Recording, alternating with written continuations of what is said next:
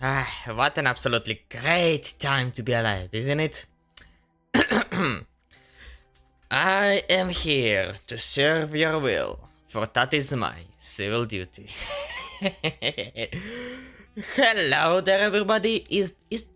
Do I see anybody in here? I see at least one person on YouTube. And I have a very ominous suspicion on who it is. Although he should be at the party right now. Right? Aside from that, today we are having a Reactions Friday, finally. It's been an entire month without any reaction. An entire month without any content for YouTube. Well, gonna fix that today. And today we have an absolutely wonderful week of reactions. And where is my screen? Give me a minute.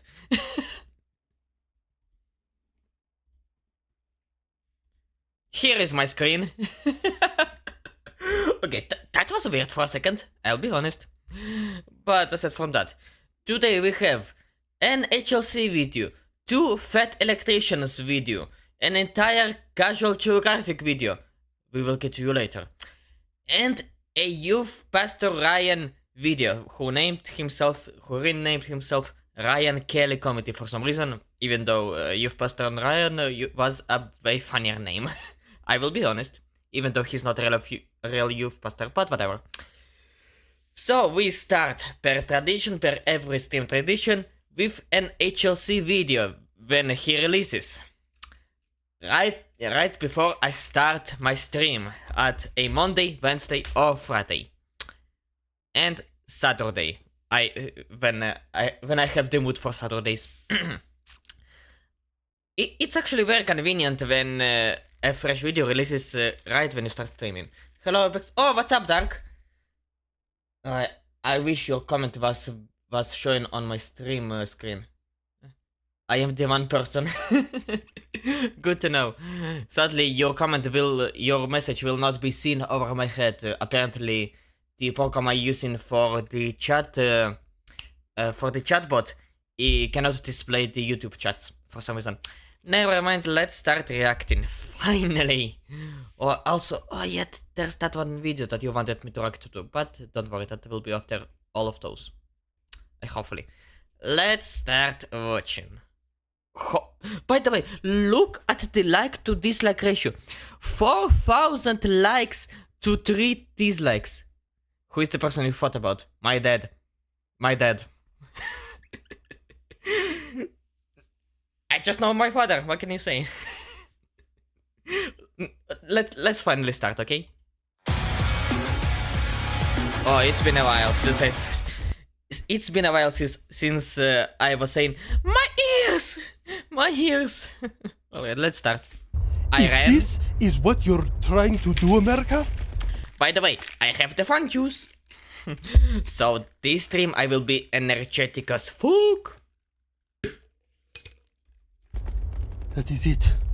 I'm attacking everybody. The stupidest idea I've ever seen, to be honest. If the ones who are hurting you are America or Israel, why won't you attack US ships and Israel itself? Like, you're already attacking Israel. You're already trying to attack the US ships and bases that are around. But why are you hitting all the countries that are around you? Like, if those that have had nothing to do, like Turkey, Azerbaijan, UAE, Qatar, one of your homies, Oman, who is neutral to everybody. Like, you weren't even hitting the military bases of US. You were just hitting everything you could see. You fucking hit Burj Khalifa, that super high tower. For what? Like, this is ridiculous.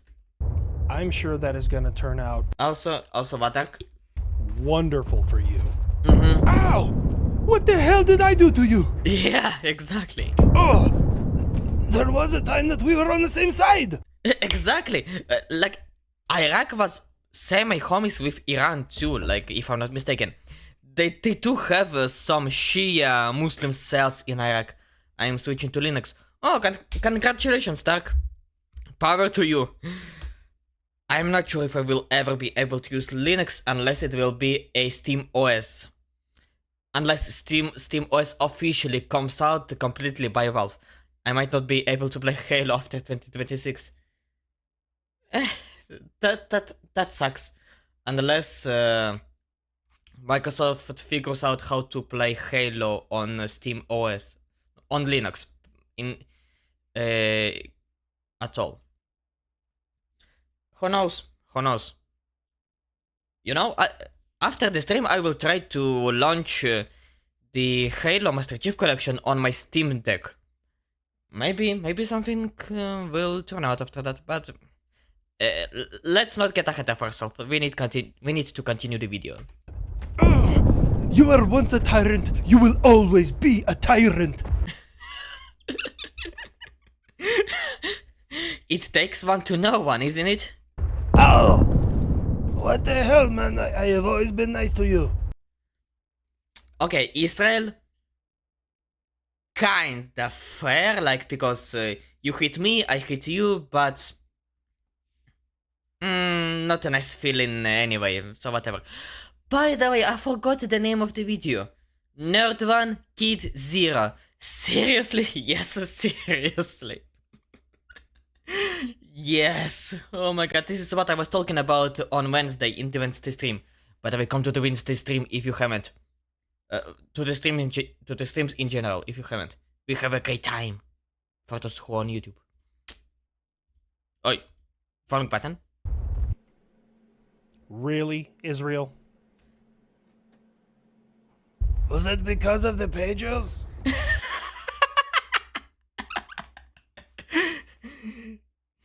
Beep bop beep. What do you mean, was it because of the pagers? We have hated your entire existence since you've been there. Well, not prior to this. 1979, but Yeah. you still. You boys smell that? Desperation. God. Yes. I haven't smelled it since Linebacker 2. Holy shit. Yeah, just like child predators. Kid. Really, kid. Right in the middle of my gamer subs. For God's sake. First there's a lot of shit talking, and then they flail a whole bunch. Last thing is they try and, make deals, and then unresponsive. Damn. I mean, don't get me wrong, I agree with the sentiment, but kid, what? Yeah, There's exactly. a lot of things you don't know about me, old man. Plus Franklin showed me. That fucking raccoon, for God's sake. Franklin, what have you done? Microsoft and Bungie don't want Halo or Destiny to be played on open source OSs. Bungie belongs to PlayStation now, Dark. Like, the studio that's... oh, wait a second. The YouTube chat is right over my head. They fixed it already? Alright, never mind, but Bungie is now owned by Sony. They work for Sony now. And the studio that works on Halo now, it's 343 Studios, the Guilty Spark. A bunch of absolute idiots, to be honest, but never mind. I would understand that if it was only Microsoft and Microsoft products that don't work on Steam OS or on Linux in general. But either those, like other online games, like Valorant, if I'm not mistaken, Apex Legends for sure do not work on SteamOS. Like, I'm pretty sure Rainbow Six Siege doesn't work on Linux too. So yeah, there's that. I think it's because of the anti-cheat systems that all those games use. So yeah, there's that. Let's go back to the video. Enough of virtual games. Let's go into the war games. War fun, especially for the nerds. All right, allies, look, we all have stuff in the region. He's throwing everything at everyone. I need a little bit of backup here, Actually, I don't need to really? back up. It looks better if we're all together on this as a team. They've attacked my... Yeah, first of all, Britain and France are trying to remain neutral to this all and saying, look, we will think about it. Yes, they tried to hit our property, our territory, our base in Cyprus, but we want to stay neutral as possible.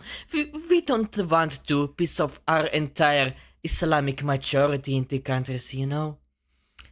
We don't want riots on our streets. We don't want even more people to be killed and raped in London. Just saying.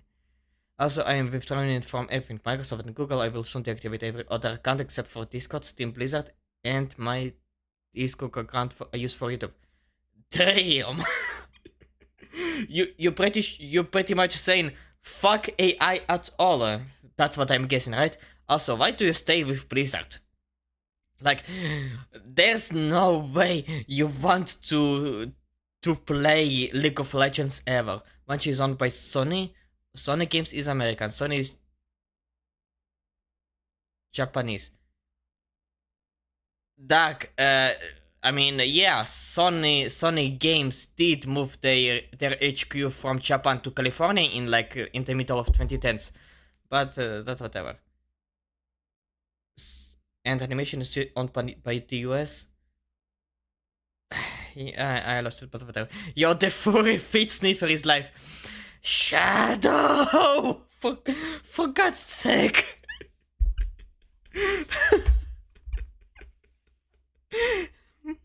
By the way, technically, I'm not a furry. Like, let me find this. I'm pretty sure I kept that post. God, if only I could find that Twitter post right now.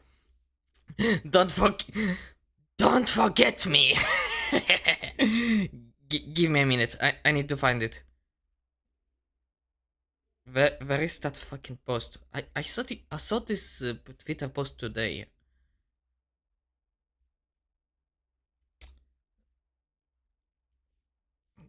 God. Where is it? Where the hell is it? God, I can't find it. Oh, here it is. Bookmarks. Give me a minute. I'm getting it. Those talkers tells me that you are a furry. Oh, now they don't. I can even prove you. I can even prove you that. For God's sake. The browser UI for Twitter is terrible. Okay. Maybe Aterian, even worse TBH. No. Here it is. There is the furry chart. Here, not furry. Only ears and the tail. I have only the ears. Semi-furry with the paws. Here is the furry stage. Stage 3 is the furry.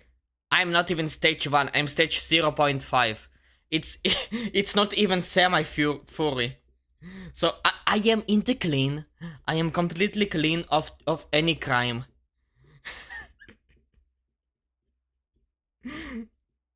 A fanboy got it. I'm not a fanboy either, what the fuck?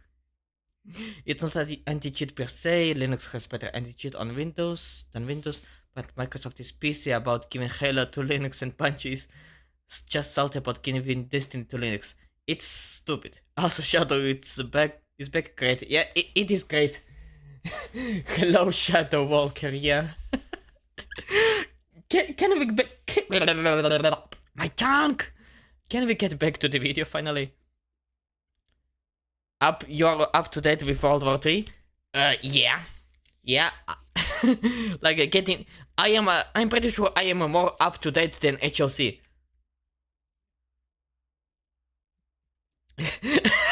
Had enough seen senoritas near the border? Shadow, this is to you. A question. Okay, let's continue the video. Forces in Cyprus.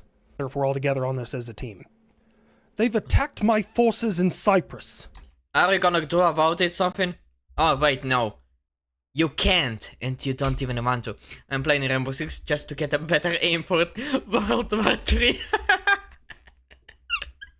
Good one. The United Kingdom is not willing to take this laying down. Really? All right, America.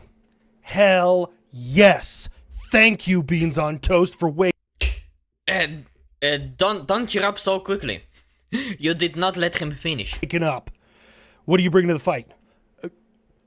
Perhaps you misunderstood me, America. We're going to maintain a strictly defensive posture. But if you want to use my bases to launch your attacks from, I'm perfectly fine with it.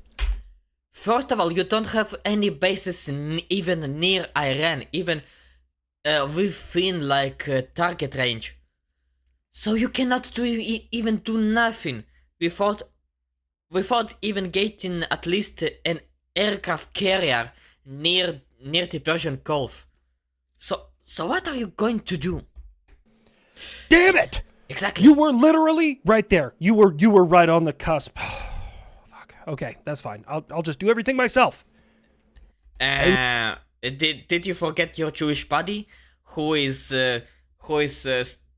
doing an amount of strikes pretty much close to the amount you do? Like in day 2, the US has been doing like 1,500 strikes, like used 1,500 ammunition, rockets, missiles. Israel was already putting 1,200. We are pretty much using like putting 80% of work, like no, wrong phrasing. Like the amount of work that America does, we put in 80% of that amount ourselves. Alright, man, you have a good one. I'ma get to go eat and do some shit. Say hi to your girlfriend, Dark. Alright, my shadow, but Dark is not my girlfriend, for God's sake. I will be sending my flagship, the Charles de Gaulle, into... Yeah, but Charles de Gaulle ship will be like near the Israeli border or maybe near the Persian Gulf, like by the middle of April. The operation is expected to last the entire March. Spain got corrupted by halal beef and Senorita stopped their interests with exposed cleavage. Maybe that is why he is back.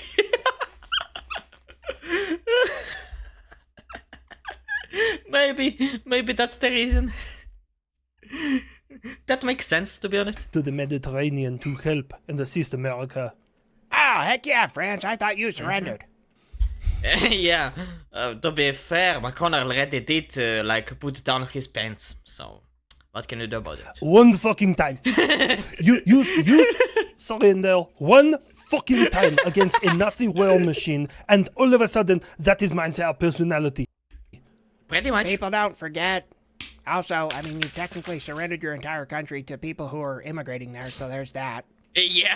Shut the fuck up, Buff. No. You can't make him shut up, HLC. Nah, it's impossible. Because Buff is telling the truth. Like France, Britain, Spain, who else? Fucking. The Swiss. This. I forgot. For fuck's sake, I forgot the name of Switzerland. No, it's.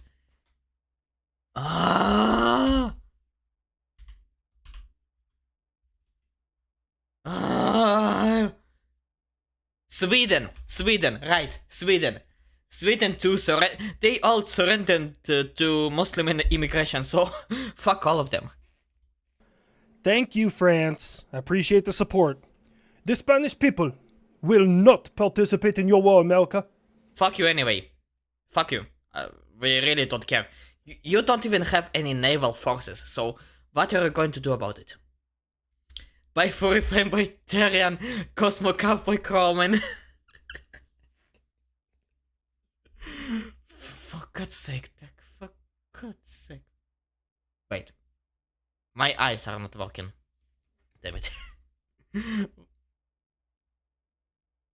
Wait a minute. I need to do something. Give me a moment.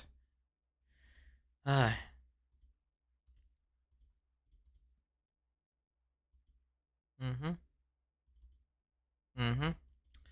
Here it is. Here it is. Working fucking nice. I just realized that.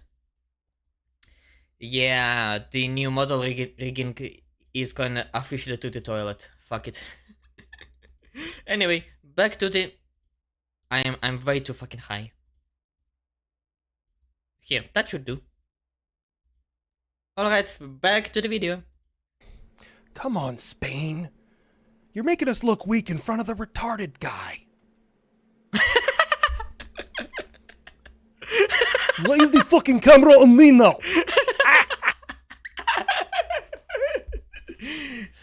That's because you are so ineffective. Ukraine is right next to you. Kyiv is right next to you.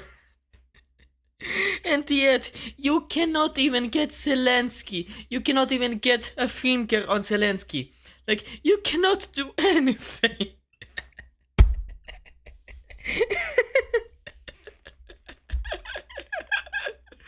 Oh my god. I think you know why. Exactly. Actually, that reminds me. Buff, Yes. you're up. I was wondering when you would call on the champ. All right, here's what I'm gonna need, okay? First off, I want a nuclear weapon. That's just kind of like, that's for me. I don't even know if I'm gonna use that on Iran. Buff, you are going to use that on Iran if you were given a one. Don't. The Iranian people, are the coolest people ever, believe me. Like, look into the diaspora and shit. The IRGC, the Islamist fucktards, are the problem. And unfortunately, they blend in with the normal people of Iran, with the good guys. So no, we cannot use the nuclear weapon. We need to be precise, you know? I know it's not really your style, but let us load you up with, like, I don't know, 80 or 100, 500 kilo bombs, 500 pounders, sorry. So you could have a lot of fun. But it's coming back to Wuva since my tongue. But it's coming back to Wuva since halal chicks don't arouse him anymore. Well, you know, after taking a look at Carti, yeah, I can understand the guy. And second of all, I want at least 3 weeks paid vacation a year. Third thing, the second can be done with ease, like, you get it done anyway all the time. I would like enough whipped cream to cover a XB-70 Valkyrie's entire body. The third one? Does the US even have a flyable XP-70? Like, I'm not sure if they have one flyable. I'm pretty sure they have at least one in a museum or somewhere. In a museum or two. But a flyable that can fly? I'm pretty sure they don't have any. Like, I know they have a USS Wisconsin that is like retired, but they can bring him back from retirement anytime. They have that. But aside from the Wisconsin, I'm not sure they have any other aircraft that is kinda retired, but you can call him up anytime you want. And anytime you need. Like, I don't sure they have anything else. Maybe a B-17, just in case. But I don't know. How about Oh wait, they have the USS Constitution that is that can go there just for vibes. Yeah, I remember now. Don't decommission you and you get all of the IRGC you can eat. What can I say? The man fucking gets me. All right, fair enough. Oh, before I go, a bunch of people liked that quote at the end of the last video about, you know, like, bombing will continue until freedom improves, and the fact that you called me kind of, yeah, that tracks. So I got a hold of John. You made another shirt, didn't you? Is your face plastered on this one? No, I'm not that much of a Good. narcissist. I'm pretty sure I heard something. Maybe that was my cap. Whatever. Check it out. Bombings will continue until freedom improves. Oh, that's a good one. I Is that a chainsaw? Oh wait, maybe that's a... Oh yeah, a tomahawk. Yeah. I was just about to say. put a Tomahawk missile on there because I thought it really captured the importance of how many I swear to God, I'm hearing something. Oh, I am going crazy already. Great. we've thrown at them goat fuckers. Actually, that's pretty cool. Yeah, Anyways, full okay, agree. go. Go time. I'm going. Oh shit, it's gonna be a great time. They've been growing for 47 years. It's time to harvest some turbans. Man, I'm happier than Russia's mom with Plan B. You shut up your mouth, you stupid boy.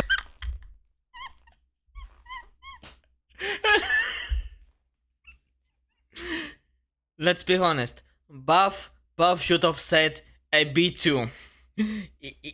If you have any Russians, if I have any Russians around me, in the chat or in the video on YouTube, God, do they get it? Because a B2 was already putting in some work in Iran. So saying that the Iranians for the first time in their life got to witness a B2 concert. That is super accurate. Just saying. Blaine, I'm sure he'll do fine. Plan B. You shut up your mouth, you stupid Blaine. I'm sure he'll do fine. Hey, boss. Yeah. We got an Iranian frigate. It's leaving Sri Lanka. It's heading back towards Iran. Yeah. Can we take care of it? Yeah, did you know that one, Dark? I'm pretty sure you were a witness to that. Yeah, that's a valid target. Oh, that just gave me a chubby. An erection on a submarine is dangerous. Ain't you supposed to be fucking busy right now? I'm talented. Listen, Buff, yeah, he is talented, and he is everywhere. You can't get rid of him. Dude, I can bomb brown people and make fun of the gays. Not everyone in the Navy's fucking gay. Yeah, Alright, sure about boys. that. Yeah, I've seen that video too. Oh my god, this is so ridiculous. Just, it takes one missile to take down a frigate. It's ridiculous. To Iran, we must fight the American scum. What the hell is happening? What the fuck? I was just lifted. Oh, abandoned ship. Fuck. Yeah, The holy underwater shit. dildo of consequences rarely arrives lubed, you fucking jagoff.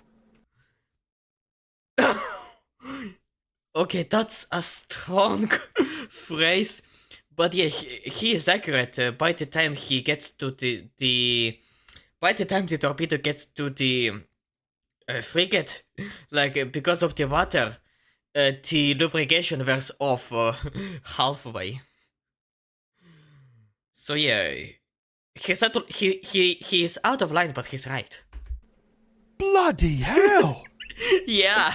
America, you must tell your guys to at least try and search for survivors. Nah, fuck them. We'll call the Sri Lankan Navy to come and pick them up or something. Yep. For the record, this next part is not being specifically stated by the United Kingdom. However, bleeding heart individuals who've never studied warfare are having this opinion, so I just use the United Kingdom to fulfill it. For God's sake. You can't just leave the area. You're required by certain laws to try and search for survivors. I know Hey, yo, they don't. Beans on toast. And exactly where in the fuck you think I'm gonna put him on this goddamn boat? Yeah, good. Although it would be kind of funny, load a couple of them sons of bitches into a torpedo tube. If you could... You human torpedo, holy shit. Holy fuck. What a great POW placement. Holy fuck.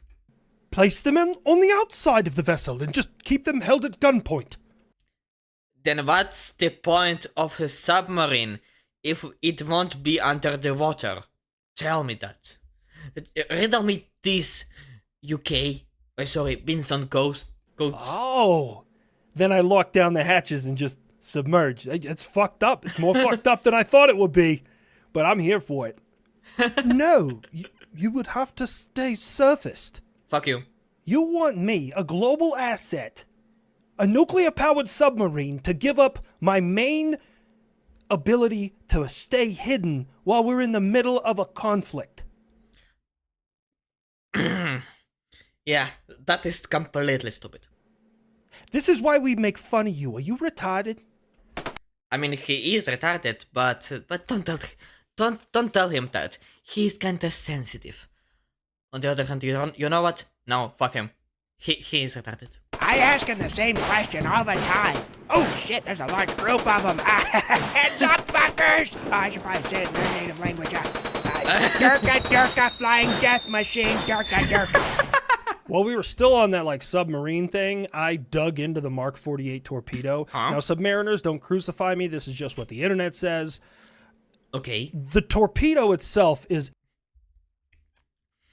The British have come to colonize this live stream. Then you better be good at it rather than the British of today, because the British of today cannot do shit. So you better be good at it, British man, if you're truly British. absolutely fucking terrifying, okay? You gotta understand this. By the way, hello there, Emma Gurley. Well, what? That's one hell of a name, by the way. Okay, first of all, it has the ability to leave the tube without any air pressure. I will just call you Gurley, if you don't mind. If you don't mind. For fuck's sake, I need to finish words. My tongue. Oi!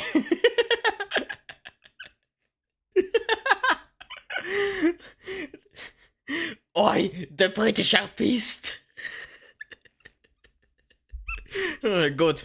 Pressure behind it. It's like a silent launch thing. So Wait, itself what? is absolutely fucking terrifying, okay? You gotta Okay. understand this. Okay, first of all, it has the ability to leave the tube without any air pressure behind it. It's like a silent What? launch thing. So you don't hear the submarine launch the thing. That's first of all. Second of all, if it Oh. misses the target, because it targets a very specific area on the boat, I do not mind, my good chap. Thank you, sir. it will turn around, cycle back, and attack again. It can be either guide by wire or it has an onboard passive sonar seeker, so you don't need to guide it by wire. Now, the scariest part is when this... Wait. Are you telling me it's a fucking guided torpedo? Wait. Well, it has the submarine launch the thing. That's first one of all. more time? Second of all, if it misses the target, because it Okay. targets a very specific area on the boat, it will turn around, cycle back, and attack again. It can be either guide by wire or it has an onboard passive... By the way, that's my chair. So you're telling me it has a hard lock on target. It will not miss on the target the first time, and it knows where the target is. Holy fuck. passive sonar seeker, so you don't need to guide it by wire. Now, the scariest part is when this 19 feet long, 21 inch in diameter, 3,500 pound underwater projectile that has an estimated top speed of 75 miles an hour finds your ship. It targets the keel of the ship, that main seam that runs along the bottom of the thing that kind of like all of it is attached to. Think Holy sheep. Holy torpedo. 19 feet long. It's like 3 meters, if my math is correct. No, it is 1 meter. It's something like 6.5 feet. Wait. 19 feet in meters. 5.8 meters. I missed by a lot, but 6 meter long And 21 inches is something like a feet and a half. Like 1.5. Half a meter's wide torpedo. Just, it's absolutely ginormous. And it's super deadly. What in the hell is that? Oh yeah, bot. Holy fucking shit. Oh my. Oh my. Is it a torpedo in your pants, or are you just that happy to see me? And why? Give me a moment. Ah, here it is. 5.8 meters. Yeah. Exactly. That thing is longer than my room. It is that big. Think of it like the Celia nutsack, but like it targets the keel of the ship, that main seam that runs along. For some reason, I was thinking that 6 feet is a meter. No. 1 meter is 3.34 something. But yeah. Holy fucking shit. The bottom of the thing that kind of like all of it is attached to. Think of it like the Celia nutsack, but for a boat. And this is where the Mark 48 torpedo gets even scarier. You're telling me that's not even the scariest part? Are you kidding me? Okay, I'm because listening. it's a proximity fuse. Now, Oh, I watched that fat electrician video about the VT fuse.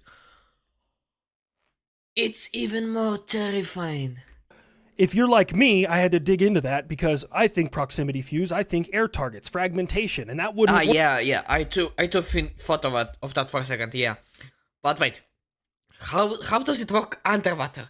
That's not all exactly Gurley. Work underwater, but no. See, here's the thing.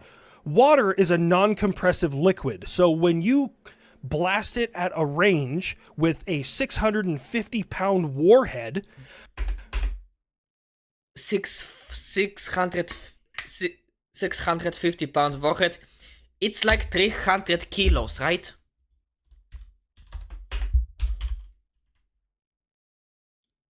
Pounds in kg. Yeah, 300 kilos. In a fucking tube. What it does is it doesn't compress. So the first thing that hits the keel of the ship, you're pretty much hitting it 4 times. First thing is the shockwave from the initial blast. Second thing...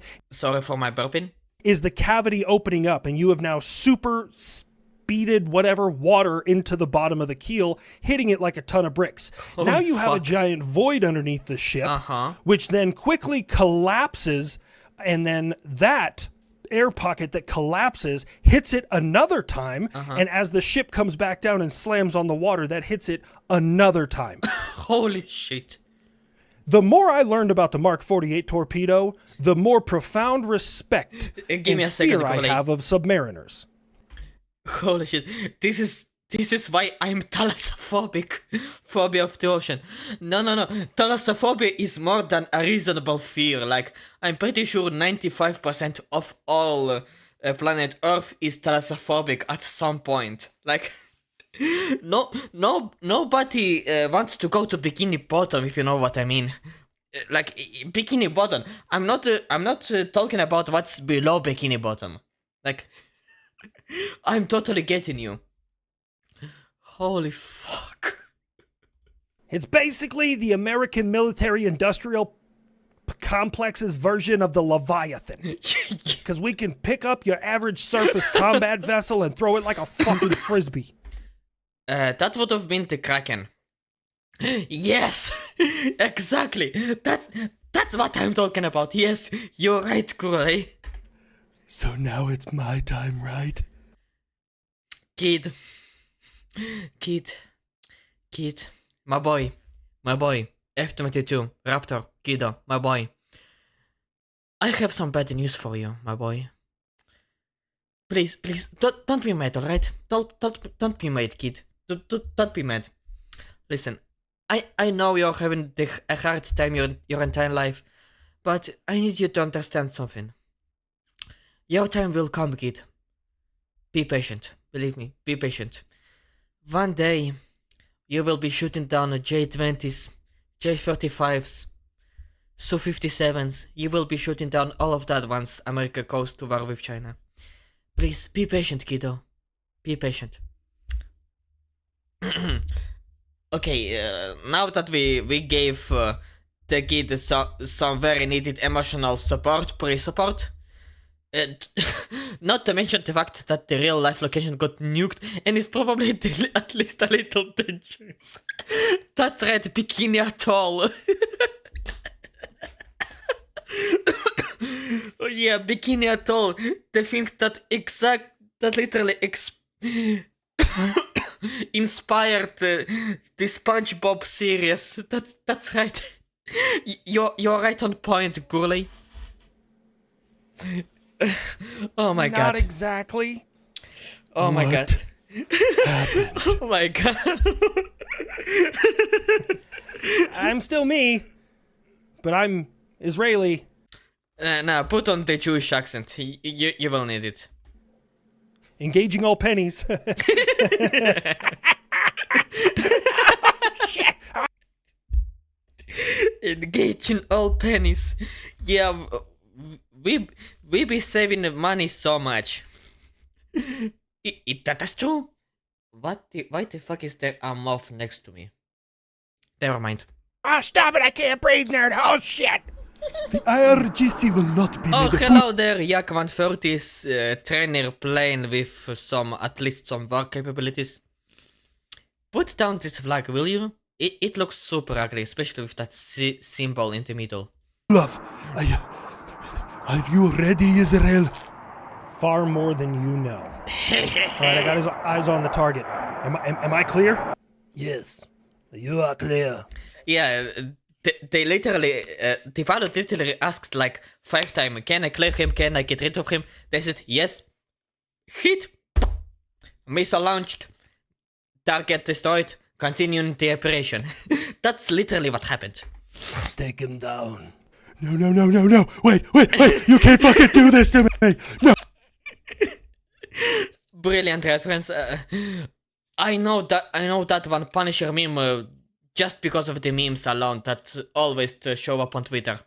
Thank God Twitter exists, the biggest shithole, but also an absolute goldmine for memes. Why the fuck is the moth fucking a blaster wall? What the hell am I looking at?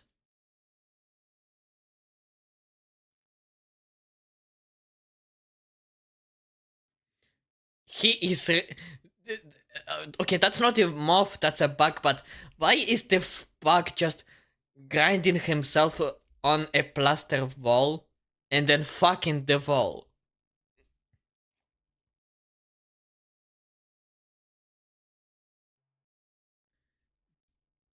That is beyond disgusting. Okay, back to the video. No, I'm not gonna. Not the fucking nerd. Oh man, is he trying You're too hard. late. I got a lock. Come on, Yak. Come on, you got this. Dodge, duck, dip, dive. Just don't fucking crash or get hit. The yak doesn't even know that the nerd is around. Chill out. You can take him. He's a big, fat, nerdy, single-engine bitch. Are you Oh my rooting God. for the other team? You. This is your fault. Oh my god. You and I can actually blame the Jews this time.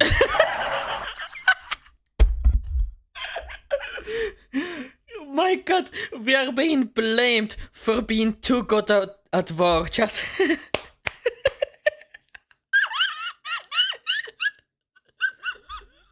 Holy shit. Oh, it's time to prove that it is not the plane. It is the pilot. Oh, He wants really? way too much Top Gun. Anyway, Fox 3, birds away. Goodbye. Oh, I gotta say something cool.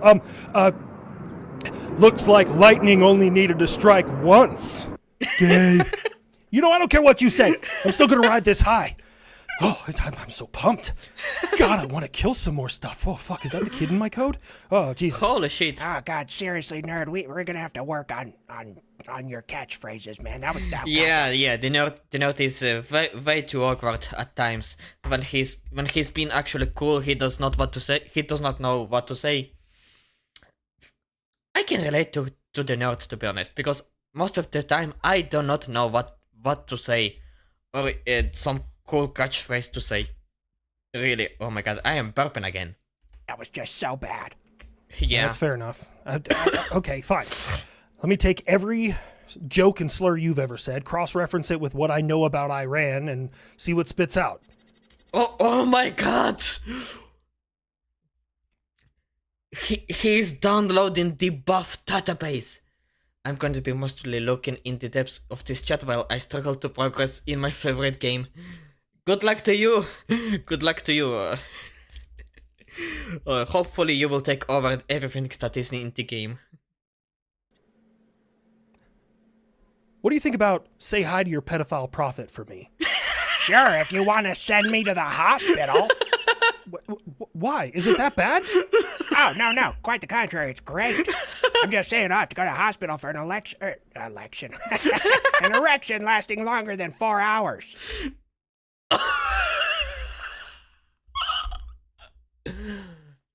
Okay.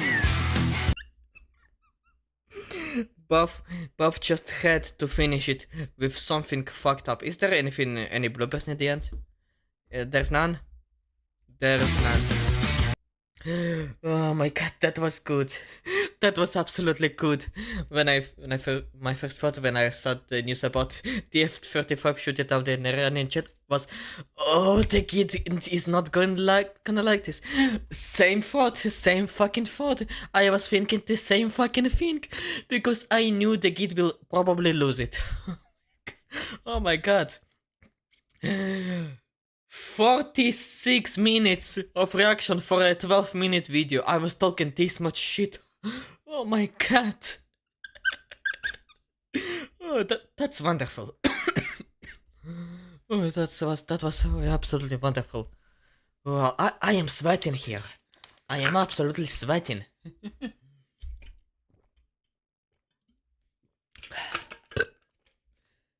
Good thing I have a water bottle right on my table.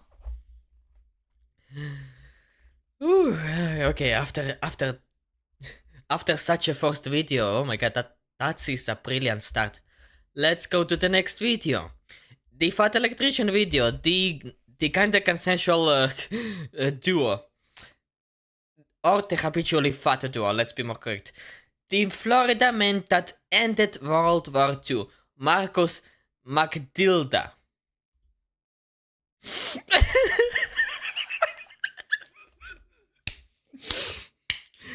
McDilda.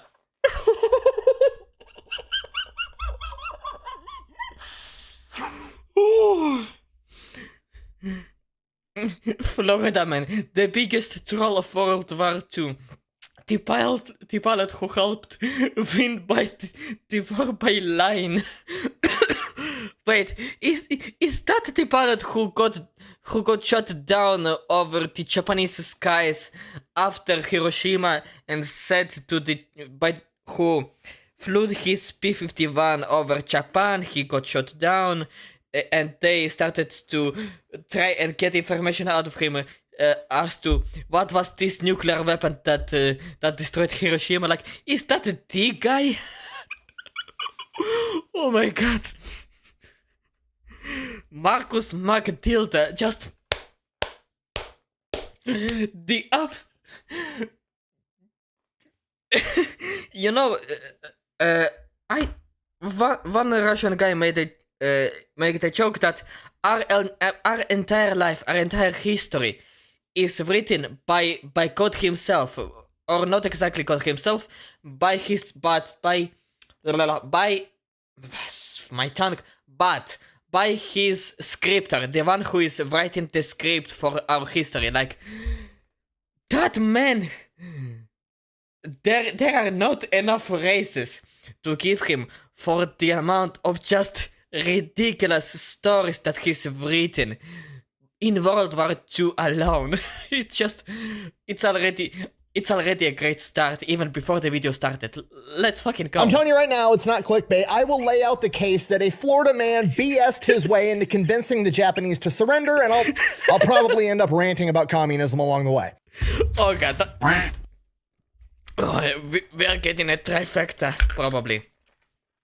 Florida man, ridiculous name, fucking bullshitting, and communism ranting. Okay, that was a four-factor. Today we're talking about Marcus Elmo McDilda, a 23-year-old P-51 pilot that was shot down over Japan, and in order to save his own life, proceeded to lie his ass off so much and so well that he was labeled a very important person by the Japanese government, flown to Tokyo, and interviewed by one of the heads of the Japanese nuclear programs. Through a string of events, his web of lies penetrate all the way to the chambers of the Japanese Supreme War Council while they're discussing whether or not Japan should surrender. And it is here that they become, at a minimum, a contributing factor in their decision, if not the straw that broke the camel's back, and we're going to get into it right after a word from our sponsor. This video is brought to you by His last name alone is a brilliant start. God, I can't laugh enough. I don't have enough air in my lungs for that. Okay, let's keep the ad read. to start kicking ass right out of the gate. Let's get back to the video. Oh my god. Marcus. Oh, that starts. Our story begins on August 8th, 1945, and our main character, Marcus McDilda, a 23-year-old P-51 fighter pilot from Florida, has the day off. Some of the other fighter pilots in his unit are getting ready to go out on a strafing run over Osaka, and one of these pilots has... Man got that Asian waifu through bullshitting alone. You know, with the way Florida men are, I'm pretty sure he did. God, I wish Julian was here, because by mentioning Florida men alone, he would be losing his shit in the Twitch chat. I wish Julian was here. But apparently he's having a sleep. Good, like, I wish him a great nap, but God is he? It's a sad thing that he is not he is not here. My tank. Also what, Dark? They're all, getting ready. They're getting in the planes. He's like, I can't do this right now. I've got battle fatigue. I can't do it. When they're getting ready. Japanese girls are pretty gullible. They probably took that from their fathers, if you know what I mean. Judging on how this story will go, but let's watch it. Let's watch how it will go. And wait. Let me go back to the start, because I got absolutely distracted. My ADHD got overdrived. Our story begins on August 8th, 1945, and our main character, Marcus McDilda, a 23-year-old P-51 fighter pilot from Florida, has the day off. He has a day off, so he wasn't even supposed to be there in the first place? They fall for any bullshit you make up if you are a foreigner. Death Counter 1. Wait. Wait, what do you mean by that, Gurley? Who did die? Did another Shia Muslim leader in Iran just died again? For God's sake. The important news are always getting when I am busy with something. Never mind, I will start reading that tomorrow. Marcus McDilda. Exactly, Dark. This is exactly why I was losing my shit 2 minutes ago. McDilda. Just... I died. Ah, you died, Gurley. Okay, got it. But we already went off the rails before the start. A Florida man bullshitting the Japanese, and his name is Marcus McDilda. This is already the trifecta. Emma is from Ireland. Gurley, he is British. Gurley is British. Some of the other fighter pilots in his unit are getting ready to go out on a strafing run over Osaka, God. and one of these pilots, as they're all, you know, getting ready, they're getting in the planes, he's like, I can't do this right now. I've got battle fatigue. I can't do it. At which point, Okay. Marcus McDilda makes a critical error. He commits the cardinal sin in the U.S. military. He volunteers. Ah, so he did that willingly, so he... Okay.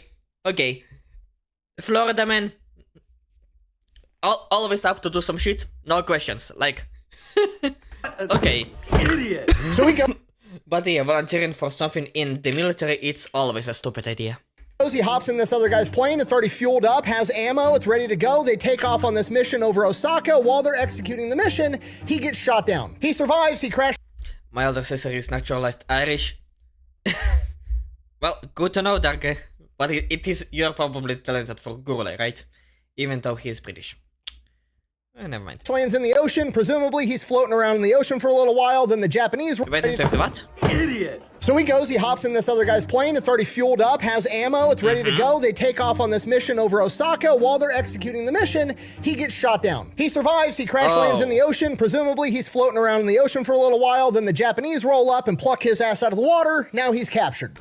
Oh, great. Irish guys are fucking chads. Which type of Irish guys? If you're talking about the Irish government, then no. Fuck that. Fuck those like morons. They are absolutely retarded and useless. If you are about the native Irish people who are always drunk in a bar, then yeah, I fully agree with you. Fucking I forgot what his name was. Did I really forgot his name? I'm British. Yeah, Gurley is British. I just said that. I'm pretty sure. Jordan, right? Yeah, Eddie Jordan. This is a true Irishman, an absolute chad of all chads. Like this is a true Irishman. If you don't look like or behave like Eddie Jordan, fuck you, you are not Irish at all. British of the English variety. Oh my god, my tongue, my throat. Thank God it's not my trout. Speaking of trout, I haven't reacted to King Trout for a while. I should do that if I have the time. Never mind. Let's go back to the video. Okay, if you've been watching my channel, pluck his ass out of the water. Now he's captured. Yeah. Okay, if you've been watching my channel for a while, or if you just know literally anything about World War II, the last people that you would want to be captured by in World War II were the Japanese. Yeah. And to make things worse, it's 1945. We are at the ass end of World War II when Japanese desperation is at its peak. So Yeah, they are super desperate. They will just kill any American or Aussie if they have the chance. Progress counter 1. Oh, nice to know, Gurley. My sister is Sri Lanka, who naturalized to Ireland, her and her husband. Good to know, Dark, but why are you putting that into the YouTube chat? Just asking. Like, nobody asked. Just saying. not only is he now captured by the last people you want to get captured by, he's captured by the last people you want to get captured by at the worst possible time when they're at their most desperate. Okay, like I said, never volunteer for anything. Regardless, he is now captured. They make their way to shore. Once they get to shore, they blindfold him and they have to walk him through the city in Osaka to get to the police military headquarters. Obviously, this creates a spectacle for all the civilians on the street. Bear in mind, these same civilians are being propagandized to believe that Americans are monsters that are coming to kill them all, and they are highly encouraged to fight them to the death. Holy shit.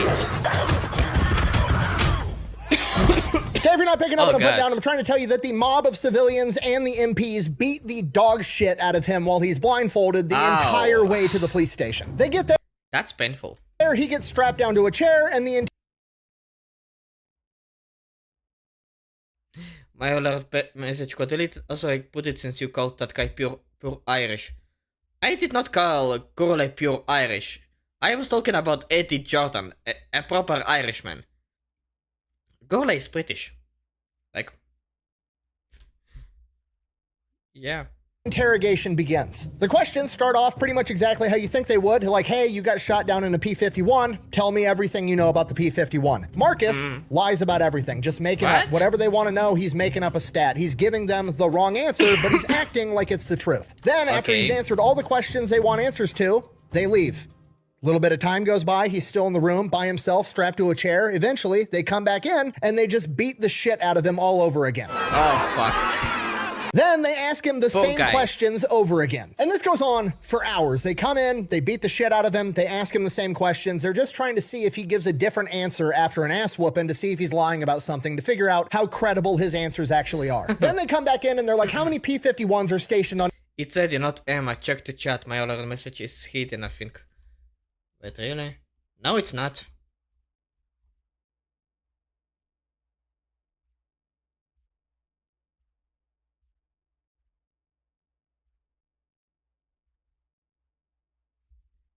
Like, Emma Gourlay, he's British, not Irish. Like, he already typed in the chat of the English variety, like, the original British of the colonizer kind. His first message was literally colonizing the stream, if you check the earlier messages. So, I don't know what you're on about. Iwo Jima, which is where he took off from, and he's gonna lie, obviously, and he's gonna make that lie a greater number than there actually are because he wants to be as scary as possible to the enemy, so he says 300. Wait, And they come back. No, not that comment. You lost me. Never mind, we are going past that because I am getting way too much distracted. And they're like, how many P-51s are stationed on Iwo Jima, which is where he took off from, and he's gonna lie, obviously, and he's gonna make that lie a I said something else. Nobody cares anymore, let's be honest. greater number than there actually are because he wants to be as scary as possible to the enemy, so he says 300. Yeah. At which point the military officer pulls out an aerial reconnaissance photo showing there's only 150 P-51s on Iwo Jima, and they beat the shit out of him again for lying. Okay, they're playing mind games with him. They want to mess him up to get real information out of him. They want him Death counter 2? Well, that sucks. I sent a message on Discord. Why are you... Dark, for God's sake.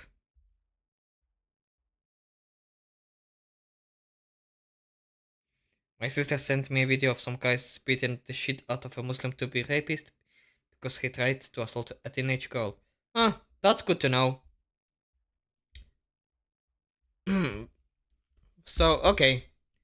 him thinking in the back of his head every time they ask a question, oh shit, they probably know the real answer, and if I don't tell them the truth, I'm gonna get beat again. That way he gives them real intel. At least that's what the Japanese are trying to do with this interrogation. The problem is they're missing some context clues as to who they're fucking with, and the main one being his face. I mean, look at Marcus McDilda's face. Does that look like a face that you could trust? Absolutely not, especially with this last name. Absolutely not. I'm not trying to badmouth the guy, but I mean, just look at that. That is a smile that a toddler gives you when you're like, did you poop your pants? And they're like, no. No. Listen. I did not commit any war crimes, you know. I know I have a maple tree like a leaf on my flag, but believe me, nobody died today. Like this party on the porch, he was laying there. He was laying here the last night, like since last night. Like the first time I saw him was when I woke up. So I don't know how he got here. Like, look, my M1 Garand is not even touched, so I don't know what you're worried about. I know it's super clean right now, super shiny, but I was cleaning that thing in the morning. So what are you talking about? She saw those guys while coming home from work. That was ground level Irish, guys. You know, right. You're not getting in that guy's head. That guy just looks like he fucks with people for fun. Regardless, this goes on literally all day and into the night. Just like they come in, they ask questions, he lies his ass off, they come back in, they beat the shit out of him, they ask him more questions. It just keeps going and going and going for hours upon hours. Oh, and then the Japanese must think they have this guy on the ropes because the questions start getting weird and oddly specific when one of the officers comes in and says, "Tell me everything you know about the atomic bomb." What? Oh yeah, that thing. Yeah.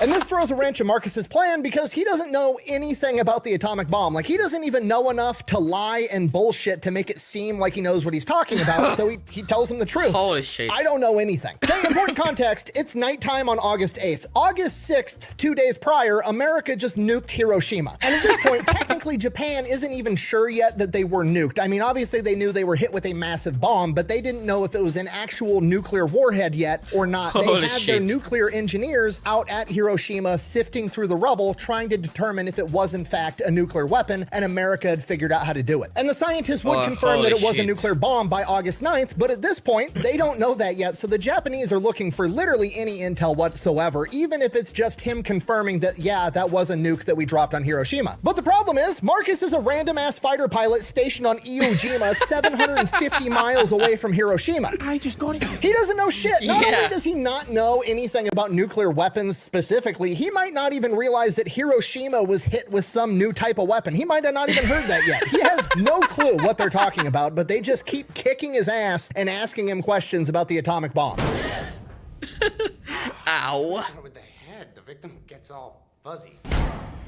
Ow. See? And this goes on for a while, and then eventually they come back in the room, but this time there's a different Japanese officer with him, and this guy's a general, and he's carrying a fucking katana. Okay, presumably the whole vibe is just like, now the big boss is coming in here to show the kids how it's done. He pulls this katana out, cuts open Marcus's lip, and then tells him, and I quote, "If you don't tell me about the bomb, I'll personally cut your head off." Okay, I know that the Japanese were beyond metal in World War II, like metal. They were psychos, but they were insane in World War II. But what? Come on, guys. This guy does not know nothing. He doesn't know shit. He does not even have an idea when was the last time he was shitting his pants. Like, he doesn't know anything. He wasn't lying to you this time. Bomb, bomb, bomb, bomb, bomb, bomb, bomb, bomb, bomb, bomb, bomb, bomb, bomb, bomb. You gonna arrest me? So now Marcus is sitting there, still strapped to the chair, bleeding everywhere. He's got this new gash in his lip, bleeding all over the place, and he's like, shit, what do? I don't know anything, and they're about to cut my head off. And it's at this point, he has his Slumdog Millionaire moment where he just pulls every deep memory he has and concocts a giant pile of bullshit to tell this guy. He remembers one of his military buddies that everybody had nicknamed the Brain because he had a PhD in chemistry, one day trying to explain the theory of what a nuclear weapon would look like to all the other average Joes. So he combines whatever he can remember from that conversation with just a bunch of random knowledge from whatever he remembers from taking physics and chemistry. Oh my god, that's from the video. Back in high school, and this is what he comes up with. This is a direct quote. Okay. As you know, when atoms are split, there's a lot of pluses and minuses released. Oh my god. Well, we've taken these and put them inside of a huge Death counter 3. The death counter is about to be even higher once we get to Nagasaki, but give us a moment. container and separated them with a lead shield. When the box is dropped out of a plane, we melt the lead shield and the pluses and minuses come together. When that happens, it causes a tremendous bolt of lightning and the atmosphere rolls back. It brings about a tremendous thunderclap which knocks down everything. A thunderclap. A thunderclap. Oh my god.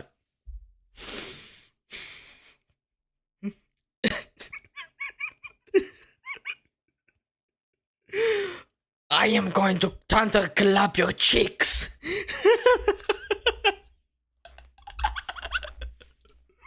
Holy shit. thing beneath it. Okay, complete bullshit. Just making it up. Like, I don't know, man. There's protons and electrons, and then we separate them, and then they come back together, and they clap together and make a lightning bolt, and then everybody's dead. That's the atomic bomb. Okay, but we gotta put this into context, right? You know who else doesn't know anything about atomic bombs? The military police that are interviewing him. On top of that, he's got a southern accent, and the military interpreter for the Japanese, I'm gonna go out on a limb and say English isn't exactly his first language. So it's two people arguing about something they know nothing about with a language barrier. Because of that, This is not just a language barrier, because since this is a Florida man, a Southerner, their accent is very, very specific. The Southerner, like, you get me. So this is a double or even a triple language barrier.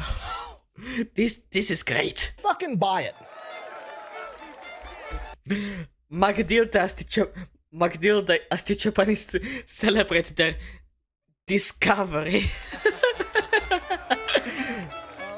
So now the Japanese think that he knows something. They keep asking more questions, assuming the intel is now correct. They're like, how big is the bomb? Marcus continues to lie his ass off. He's like, oh, fuck, big bomb, big explosion. It's got to be pretty big, right? It's like 36 feet long and 24 feet wide. That's a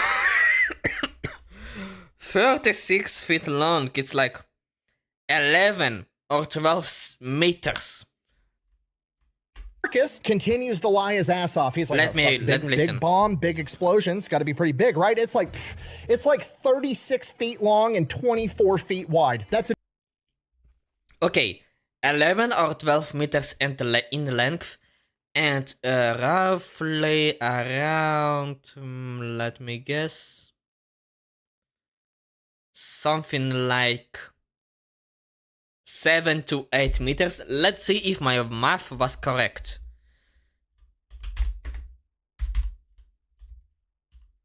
Feet in meters. 7.3. Okay, width. And 11 meters in length. Holy bomb. I'm pretty sure even the B-52 today would not be able to carry such a bomb. Just saying. Like, and a Super Fortress, the B-29 that was created or modified specifically for carrying nukes, I'm pretty sure that even that cannot carry this big. I hate this part of the game so much. Ah! Wait, Gurley, what are you playing? What are you playing that is giving you so much trouble? Is that a roguelike? It's a direct quote. That's what he tells them. And they buy it, which is insane because that doesn't even make sense. 36 feet long is like the length of a school bus, and 24 feet wide would be more than 2 school buses wide. You're not fitting that inside of a fucking plane, but whatever. Confirmation bias is a motherfucker, I guess. They believe him. Inside of a fucking plane, but whatever. Confirmation bias is a motherfucker, I guess. They believe him. They start hitting him with more questions. Does America have more than one of these bombs? And he's like, yeah, we have a bunch of them. Where's America going to use this weapon next? And he thinks for a minute. He's like, okay, what's going to sound the most scary? He ends up coming up with 2 cities, Tokyo, which is the capital, and Kaido, which is like the spiritual capital of Japan. It's got all the important landmarks and all the important like religious sites and everything else. Very important to the culture of Japan. So that's what he says. Tokyo and Kaido. Tokyo's supposed to be bombed in the next couple of days. Hearing this, the general rushes out of the room, sends a message straight to Tokyo, warning them of the impending attack, which is kind of important because you know who's in Tokyo? The Emperor and the rest of the Supreme War Council. From here, Marcus McDilda is labeled a very important person by the Japanese military and shipped to Tokyo so he can be in Reinwald, please try it. It's really hard, but that's the fun part. Wait, Reinwald, I'm pretty sure I heard of this game. Let me check for a moment. Reinwald.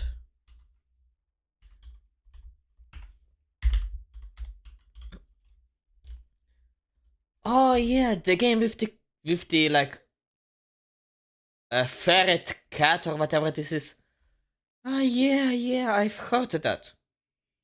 Yeah, I will try it one day, hopefully. It's a survival platform ecosystem simulator. I will try it one day, hopefully. If I have the money at the time. Interrogated by one of the heads of their nuclear program. You know nothing, oh my god.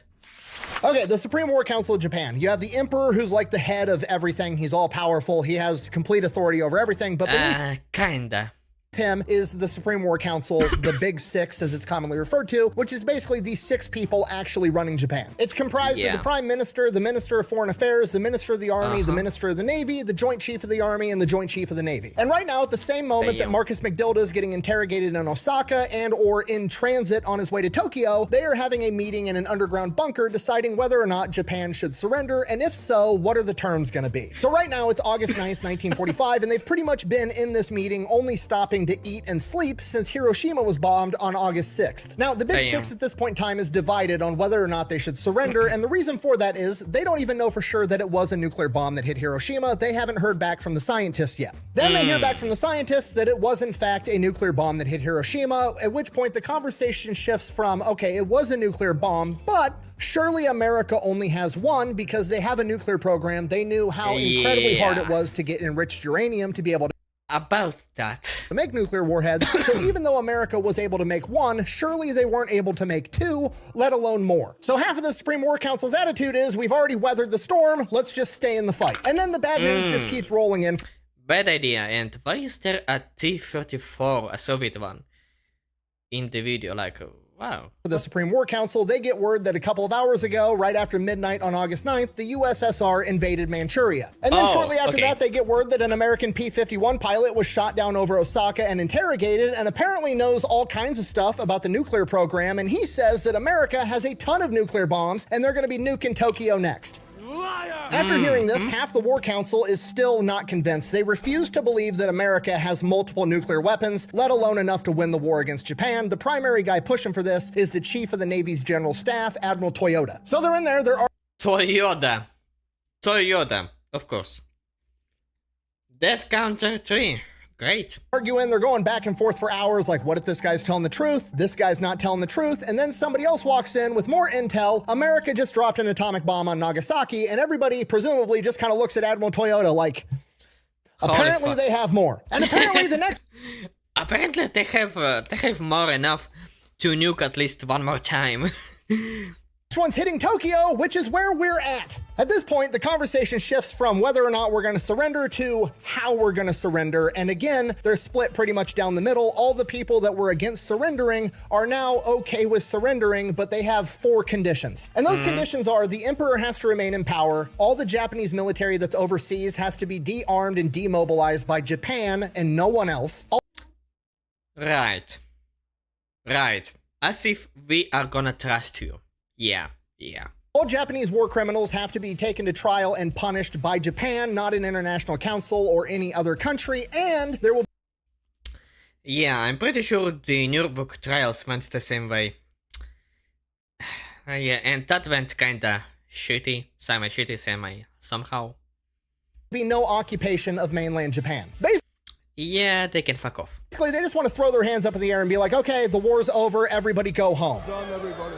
We can collectively take credit for that because we worked as a team. Which would be the best possible outcome for Japan, so why are the other 3 people on the Supreme War Council voting against it? Well, it's because they're realistic and they know that's never going to happen. America's not going to let you be like, okay, the war's over, everybody go home, and then you go back to Japan, nobody gets in trouble, and then you rebuild your military and try to Pearl Harbor us again. Like, it's just unrealistic. Because at this point, America had already issued the Potsdam Agreement last month in July, which basically said Japan's going to have an unconditional surrender, and that's the only way that this war is ending. So the other 3 people on the Supreme War Council are advocating, instead of having 4 conditions, which is completely unrealistic, they just want 1 condition, and that is the condition that the emperor remains in power, because the emperor at this point of time is both the spiritual and the government leader. He's basically the son of a god leading Japan. Like, if Japan loses the emperor, they lose their entire cultural identity. He's very important to the Japanese people as a whole, so that's what they want. That's, if they could get that, that would be good enough.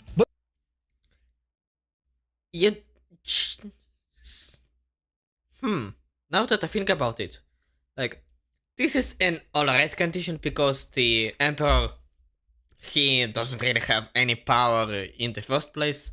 Like, he kinda has, but the same way as the British king or queen. So yeah, that will go well. But the other 3 aren't going for it. The debate goes on all day long. It is complete gridlock, and by 2 a.m. on August 10th, 1945, they finally have to call in the emperor to break the tie. And he votes on the 1 condition surrender, that he remains in power. Who saw that coming?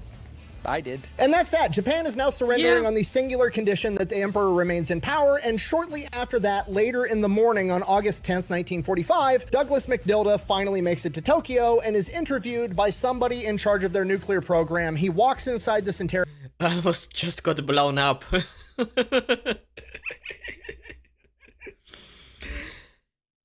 That's what the Japanese said.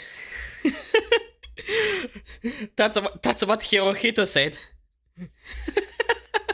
interrogation office. There's a civilian there. He's got on a suit, a tie. He introduces himself and he's like, I'm a graduate of City College in New York. I'm most interested in hearing your story about the atomic bomb. So Marcus gets on his lion face and repeats his line of bullshit that he told to the military police. And within like 2 minutes, this nuclear engineer is just like, you don't know anything about this, do you? No, nothing. Yep. I literally just made it all up so they didn't cut my head off, which is what they said they were going to do.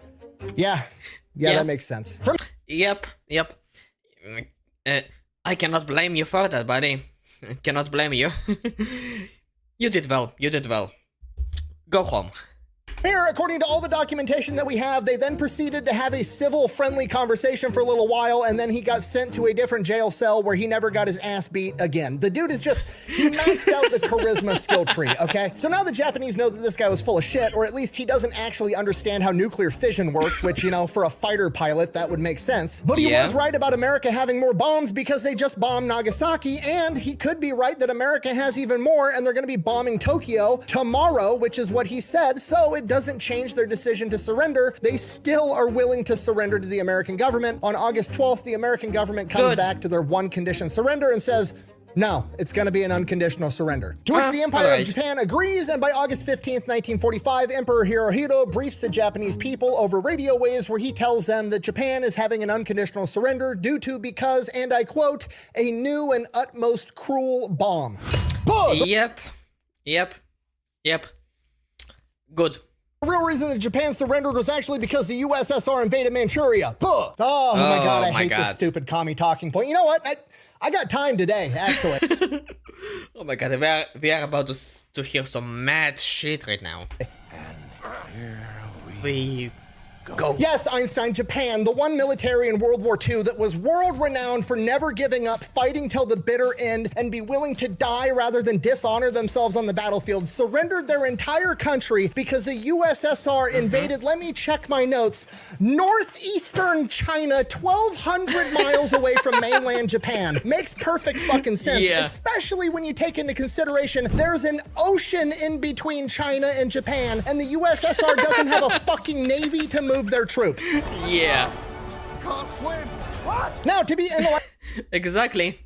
actually honest, there was in fact a plan on how the USSR was going to move their troops from China into mainland Japan should it come to that, but that was Operation Hula, where the United States Navy was going to ferry your asses across the ocean, and you're not going to be willing to admit that because the entire reason you like this talking point is so you can show America bad, communism good. Wait, so the plan was just America using its ships and submarines as a school bus for communists?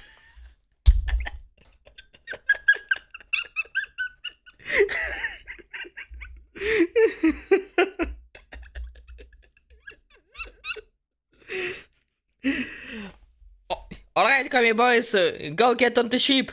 I will taxi your asses right to mainland Japan so you could get meatball yourself to the Japanese.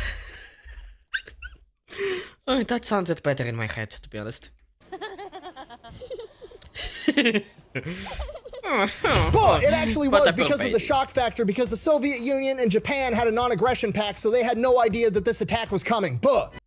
So you mean the communists that are world renowned for not giving a fuck about agreements would actually hold up an agreement for once for an enemy that was an objective enemy. Right. And Japanese who did not really give a fuck about rules either. Yeah, right. True. But I'm not done yet. Okay. No, I was right there. Oh my god, poor Gourley. First of all, having a non-aggression pact with one of the worst actors in World War II isn't the flex that you think it is. Kind of like you had a non-aggression pact. Death Counter 4. I was about to say fan cut, but it's not 5, but I'm pretty sure I just jinxed it for you. A secret agreement with Nazi Germany to invade Poland, and then people are like, no, they didn't invade Poland together, it wasn't planned, they just both conveniently did it at the same time and then threw a fucking victory parade together after they conquered the entire fucking country. Isn't the flex that you think it is? Show the pictures of the Nazis and the Soviet Union having a victory parade together in Poland, please. Yeah.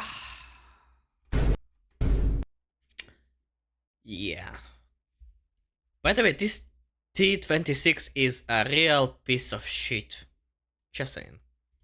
Thank you. You're welcome. Secondly, Wait, victory parade together in Poland, please. Let me read. Thank you. The majestic, magnificent, glorious editor Flak, without the tattoos, muscles, and hair. And, oh my god. In Poland, please. Thank you. But I'm a dad with 2 kids, so I will always use Disney references. Fair, absolutely fair. Welcome. Secondly, they absolutely knew it was coming because the Soviet Union denounced the Japanese USSR non-aggression pact on April 5th, 1945, 3 months fucking prior, and it doesn't take a rocket scientist to figure out when somebody goes, hey, remember that agreement we had to never ever fight? Yeah, that's off. Yeah, shocking that they would attack you right after doing that. I know, I bet everybody was surprised. Oh, fuck. I can't believe you've done this. With that being... Yeah, can't believe you've done that. Come on, that is the most obvious shit ever. The case, if they surrendered exclusively because of the USSR, why didn't they just surrender back in April? Better yet, why didn't they surrender between the 11-hour gap between Manchuria getting invaded and the second bomb hitting Nagasaki? How come the emperor had to come in and break a tie like 24 hours later, even after the second bombing at Nagasaki? Okay, if you want to say the USSR was part of their... Oh my god, I just realized I had an access to a way quicker and safer route.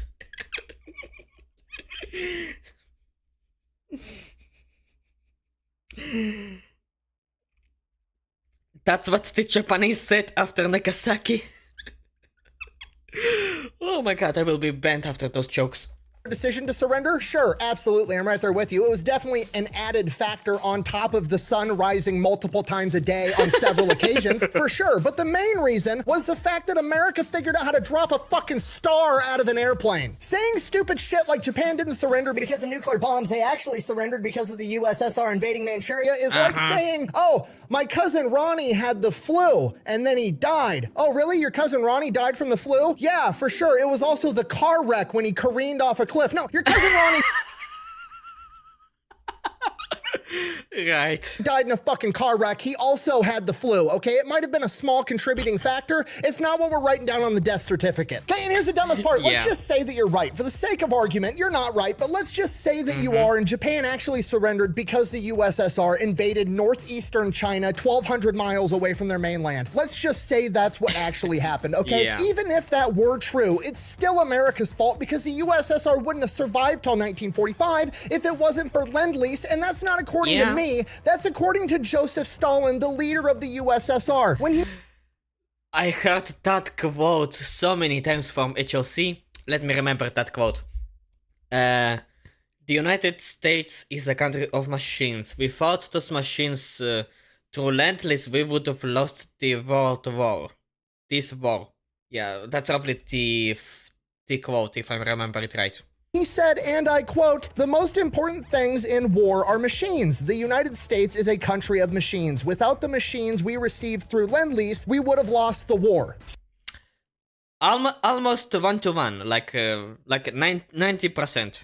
90% were correct. So take your stupid America bad revisionist history commie talking points and shove them up your ass. I'm sorry, I'm getting horrifically sidetracked. I know there's a lot of normal people that are watching this like, oh, surely the fat electrician's being dramatic. There's not a significant portion of people that actually believe that. Trust. That's big. Those people think that way because they never been on Twitter. I am on Twitter nearly all the time, believe me. Some people are so stupid, dumb, and straight up retarded that you sometimes just think, how in the ever-loving Jesus fucking Christ did you manage to live so long that you can actually use Twitter. Like, how did you make it past 12 years old? I'm not even talking about the fact that you are 25, 30, 50 or 70. How did you make it past 12? Like, really? Like, I know at least 2 people IRL who I just look at and I question, how the fuck did you made it past high school? And how the fuck are you, a 50-year-old man with a wife and with an ex-wife and a bunch of children, managed to even make that far in life? With a brand like yours, you should have been like, you're the type of guy who will stand in the middle of a train rail, or even just flop your fat ass into the train rail right when the train comes by. Sorry, it is horrific, but this is the type of person how stupid you are. Backtracking counter 1. Oh, holy shit, but really, this is that. Some people are really that fucking stupid. And this is the majority of people on Twitter. Like, sometimes you wonder how those people exist and how the fuck, like, internet is a dead place completely. Sorry, I got horrifically sidetracked. Let's get back to the video and finish it. I have a bubble to burst in the porcelain throne. Trust me, they'll be in the comments down below. They're in comments all over the internet. They're absolutely everywhere. I promise you they're real. I'm not making it up. Anyways. I saw some of those people, Nick. Trust me, I believe you completely. Almost lost my cool there.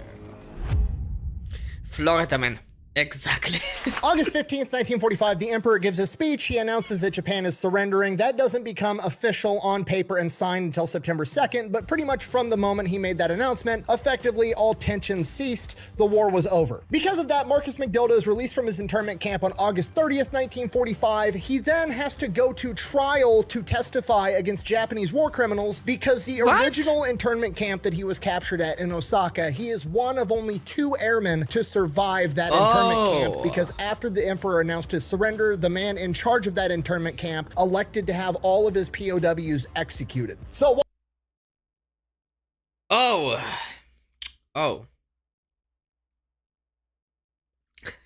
there's a king vulture camping me. Holy shit. Poor you, Gourley. While being able to say that Marcus's lies contributed to the Japanese surrender is speculation at best, it is an absolute fact that it, at a minimum, saved his own life. Which is why he is commonly cited as a case study example as to why and how torture doesn't work. Because believe it or not, people that are about to get their heads chopped off will say literally anything they have to not get their heads chopped off. Shocking, I know. Yeah, regardless, shocking. after World War II... That is shocking. That is not really shocking for us, that is shocking for a certain dog over there. Yeah, poor Kaya. Marcus McDilda would return home to Florida, he would marry his wife, they would have 3 kids, and he got to live happily ever after. And that is the story of how a 23-year-old P-51 pilot, aka the Florida man of World War II, created an elaborate lie to save his own life, and that lie created a piece of intel that America was going to nuke Tokyo and had a bunch of more nuclear weapons, and through a weird twist of fate, that exact piece of intel made it into the Supreme War Council of Japan's chambers at the exact moment that they were debating on whether or not America had more nuclear weapons, and it may or it may not have pushed them over the edge and forced them to surrender. Thank you for watching. Best way to support the channel is go buy some merch, maybe drink some Echelon. All that's available over at thefatelectrician.com. Quack bang out. Quack bang. I'm telling you, you have to follow the cardinal rules of the military. Never stand when you could sit, never sit when you could lay down, never be awake when you could be asleep, and never volunteer for anything. True, but let's be honest, we are dealing with the guy whose last name is named McDilda, and he is a Florida man. A Florida man with the last name that literally means a plastic dick. Like, you can trust this man to go and fuck shit up even when he's having fun, so... So yeah, you have that, and oh my god, Is that it here? Oh wait, there's more. There's more. There's more in the end.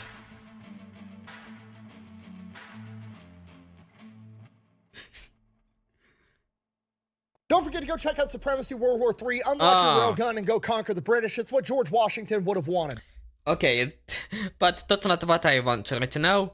I got time today, grabs popcorn and a bush light. Your communist rants are the best, yeah. Got through the whole thing without a single dildo joke, damn. Exactly. Nick is getting more and more mature. He's not using the dead joke. Like, he absolutely made it. But I did not. Oh my god. Ahem.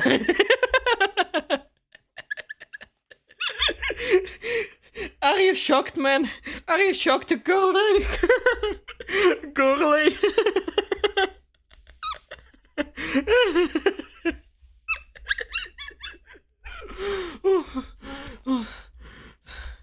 Okay, I need to go. I'll be back in a moment.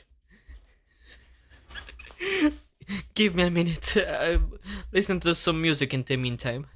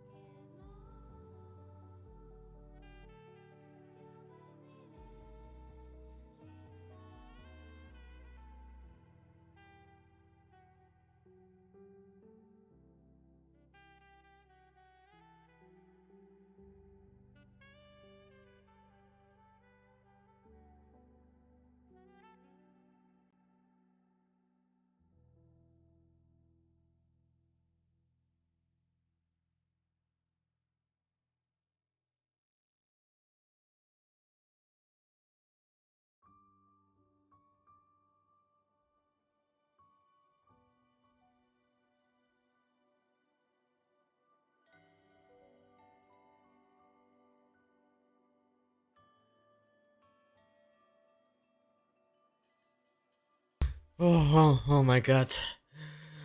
Holy shit. Go conquer the British? No, thank you. We are good as we are.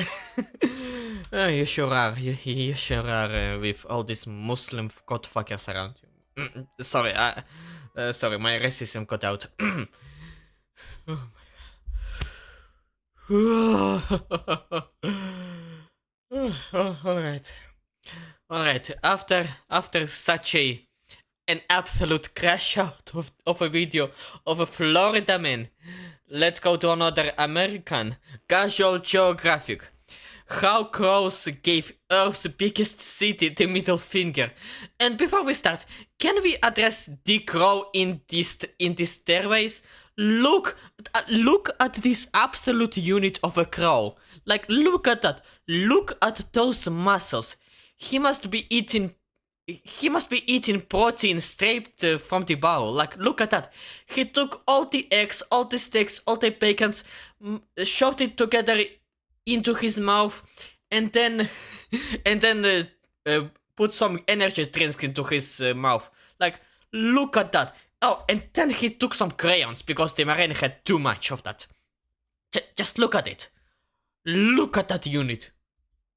Okay, should we be worried? Yes. Just look at that.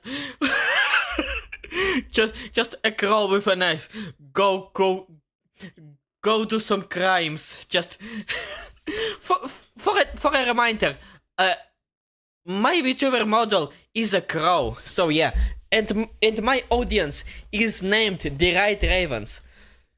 So yeah, those are some of my pets right fucking here.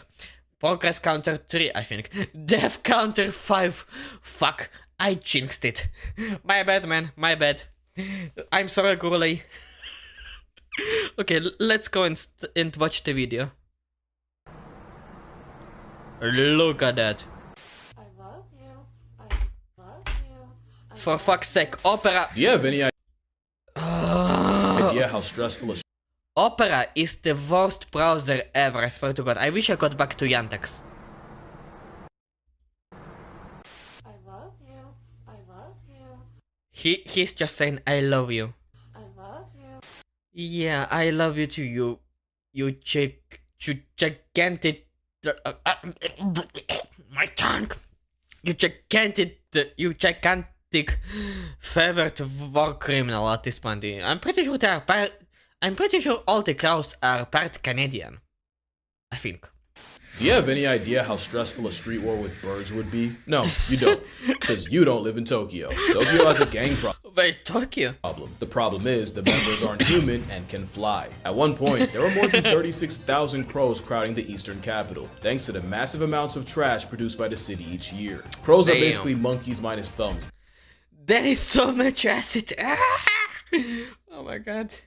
I'm pretty sure that's what the Tokyo people think about crows, but the acid is in the air. But with unlimited airtime, and as corvids, along with others like ravens, jackdaws, and magpies, make up the smartest group of things with wings on the planet. Smart enough to use cars as nutcrackers, only to collect when the walk sign's on. And smart enough to memorize garbage routes for different parts of the city, just to snatch trash before the workers do. This is a rhythm, yes.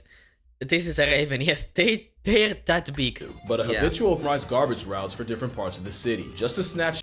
Yeah, those are my subscribers right fucking here. Like, they are this big. Like, and Gorley is, I'm pretty sure Gorley is one of them. Am I right?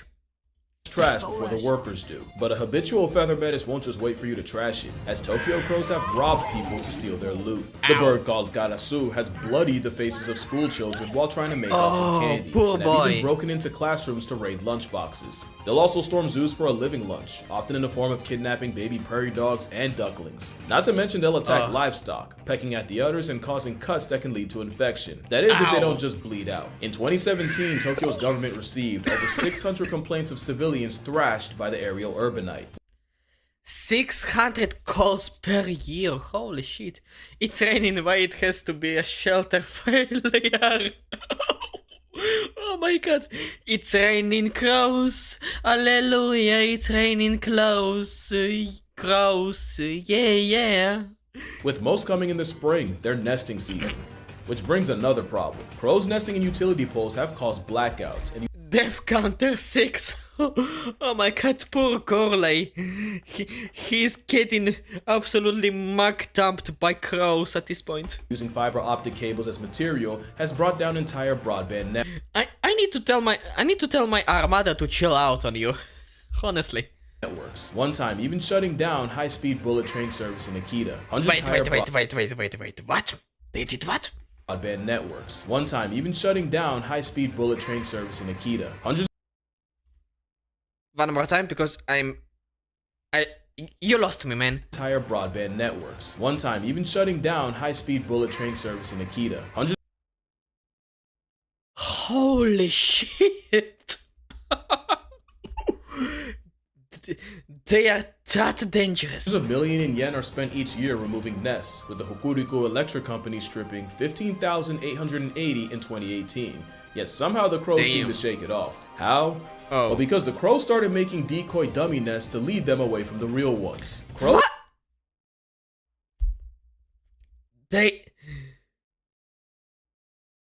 They are making dummy nests? They are making dummies?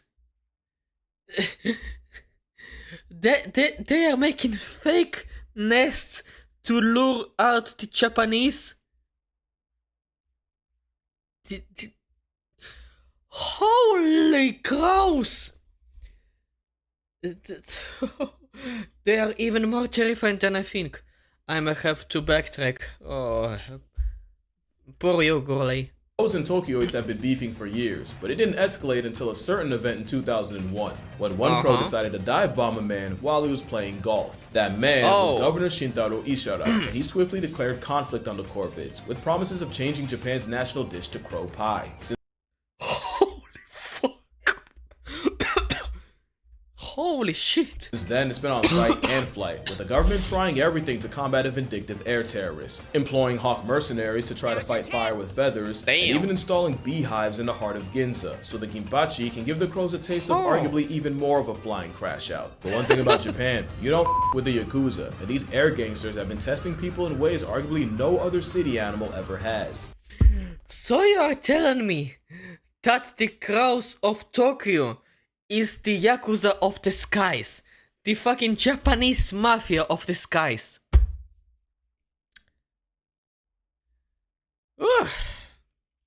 Damn. My boys over there are way too loose, you know? And for all humanity's hubris, this might be the one time we have to eat crow. And not in the way that Chiji had in mind. So how did a bird manage to humble a nation the most since the Emu War of 32? Because at least emus are damn near dinosaur size. Well, like almost everything else, it started with our garbage. Tokyo produced 3.52 million metric tons of trash in 2001, and in a year? So much garbage in 1 year? Look, I love the Japanese, the native pure Japanese, but why in God's hell do you produce so much garbage? What is wrong with you, boys?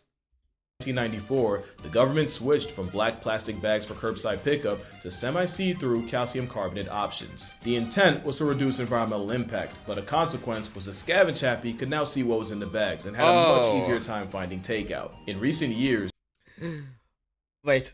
Oh my god, no, protecting is off the goddamn table. There's the strongest killable enemy in the game 2 rooms away from me.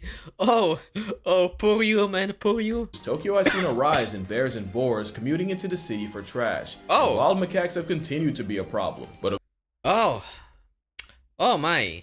According to a wildlife management study, out of the 10 major invasive species, it was crows that caused the highest percentage of harm, and it was holy fucking shit!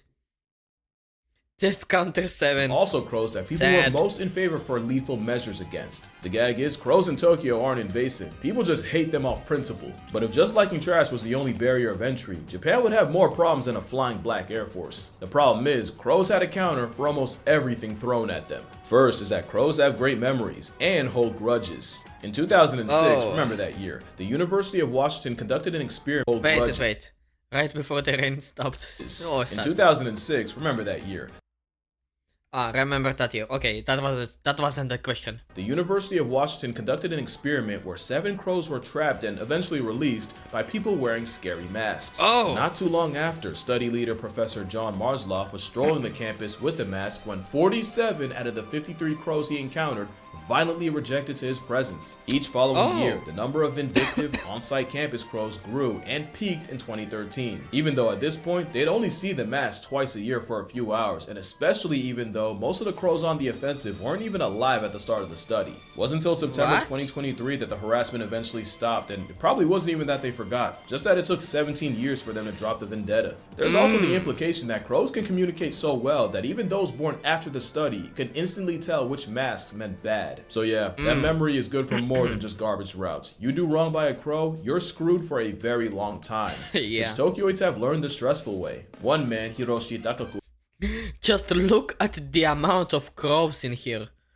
Oh my god, and that is in Tokyo. Man, I feel so sorry for Tokyo citizens because oh my god. Wait.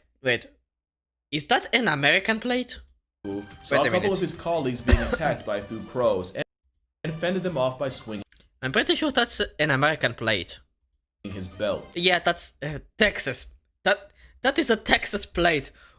Wait, there is so much crows in Texas? Right, new game plan.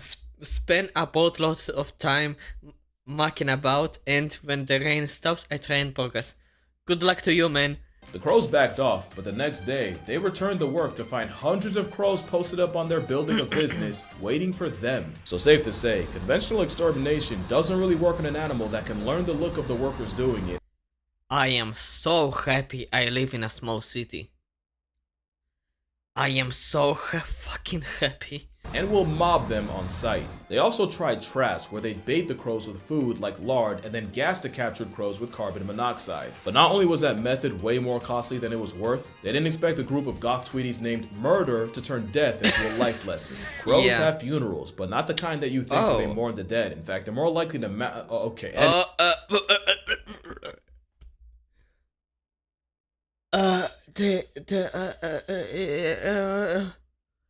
What?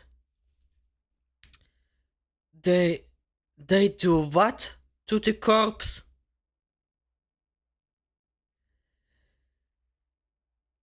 They fuck the corpses of their loved ones?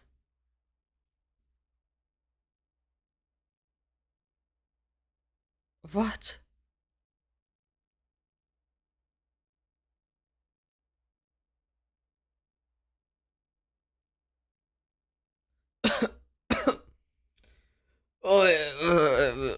Give me a minute, I need some water.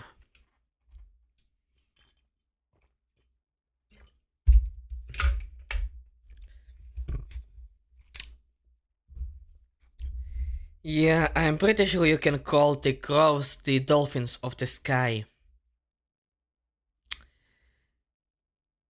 And that is as a joke even, that's a better joke, and that's not even a joke in the first place. What the hell, man?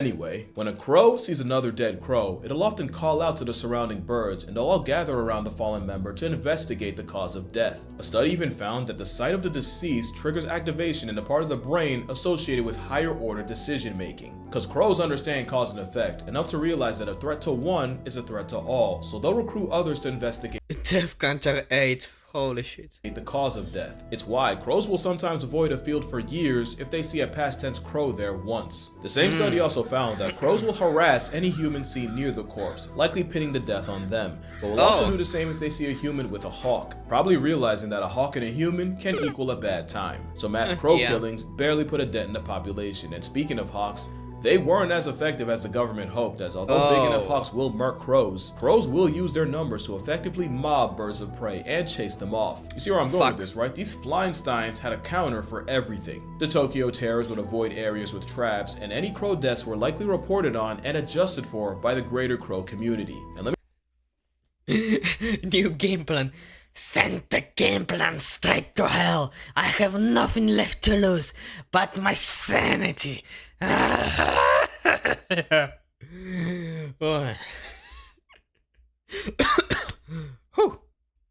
me just remind you that crows were out here making decoy nests to slow their human ops down. Even with the crow cavalry falling from its near 40,000 population peak, in 2010 there were still an estimated 20,000 running the naked city, causing the government to get even more creative. This is how bad it got. Tokyo had researchers studying more than 10,000 different crow sounds and isolating the what the hell happened? Wait. Why did my webcam turn off? What the fuck? What? What happened, man? Webcam, turn back on. What in the... What?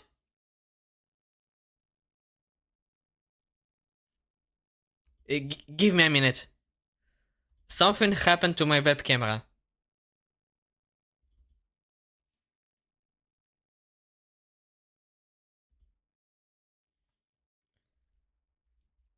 I did not expect that to happen.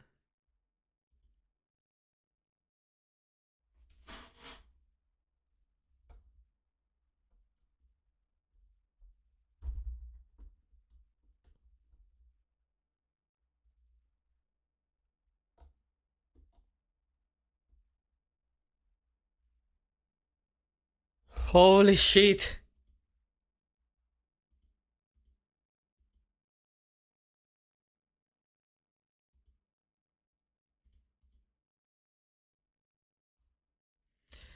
I know what happened.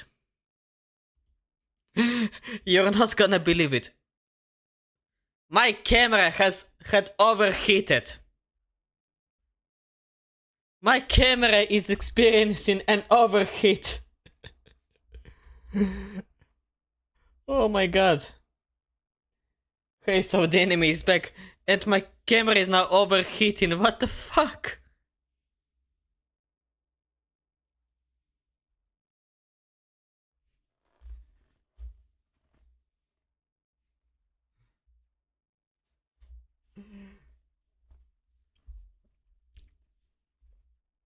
This did not happen like last Wednesday or even Monday. My camera wasn't ever overheating that badly. What the hell?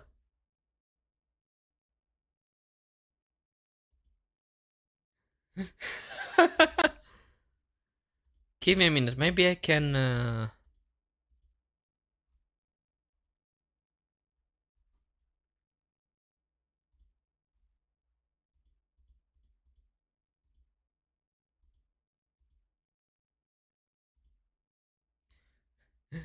Rains off. Go, go, go, go, go. Good to know.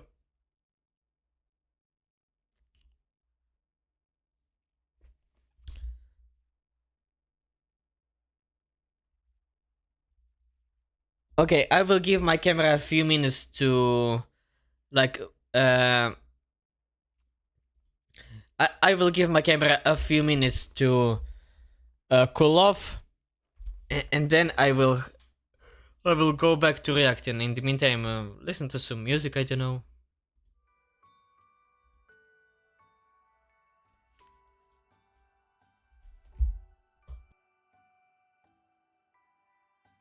Death Counter 9. Holy fuck. By the time I will be back from my water refilling break, it will probably be 12 or something. Fuck, I am jinxing up again. My tongue.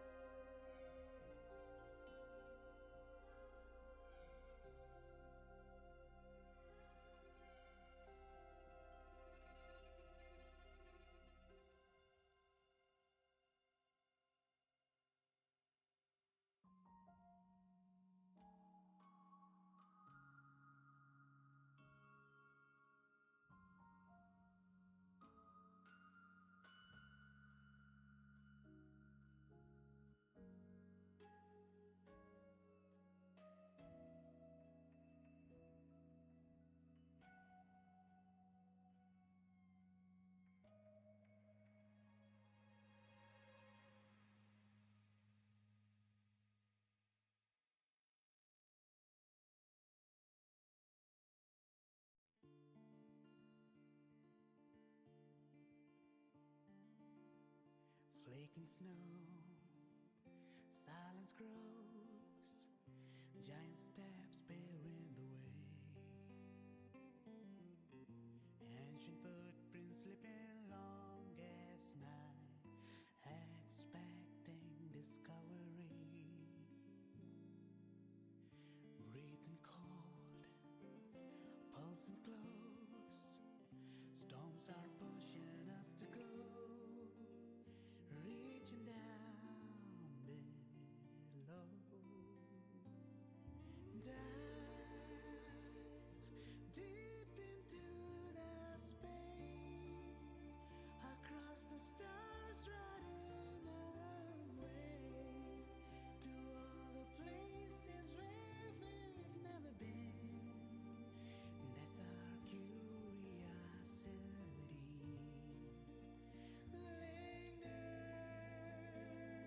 Linger on, wishing for the better days. Bring the dawn.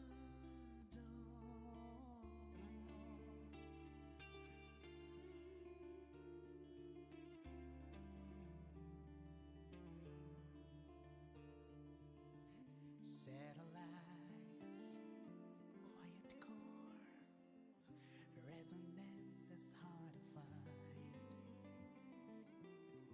Meteors crash towards frozen crust that can't crush, crave for the unknown. Engine falls, frosted dreams, heated hearts won't give it up on this endless road. Dive deep into the space, across the stars, riding away to all the places where we've never been. That's our curiosity.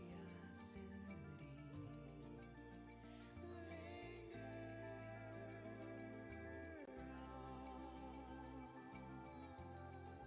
wishing for the better days. Bring the dawn into the snow. Into the snow.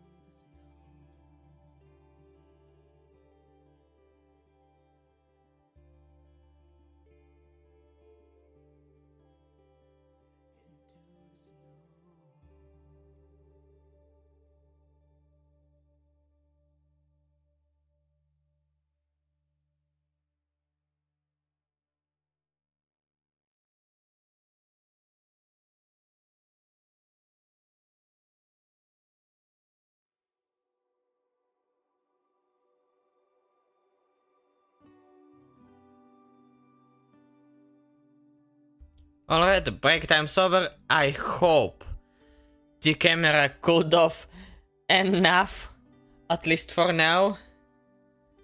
I don't know what will happen, but we will see.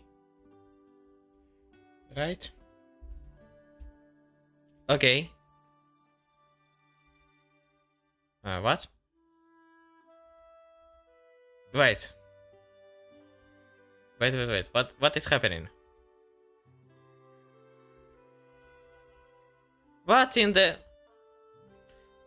Why was there two VTube studios working at the same time? That's first of all.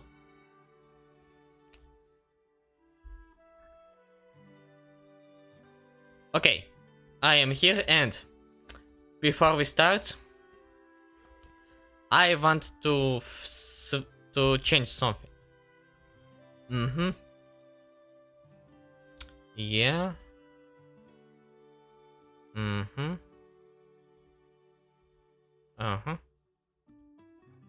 Alright.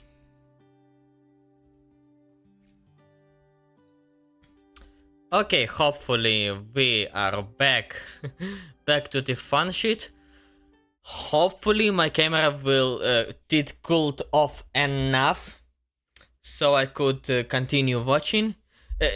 It's actually wild. Can you imagine that a webcam webcam can get so hot it will just turn off on its own. By the way, give me a minute. I need to do something.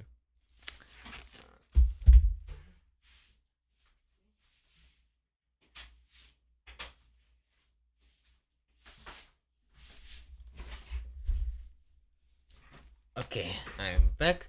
It's absolutely insane. Just insane. Okay, let me read. So the enemy is back. Reigns off. Go, go, go. I made the jumps. Oh my god, this is the furthest I have gotten. Please. Death counter 11, 12. Yo, a scavenger just killed the enemy with an explosive spear. What?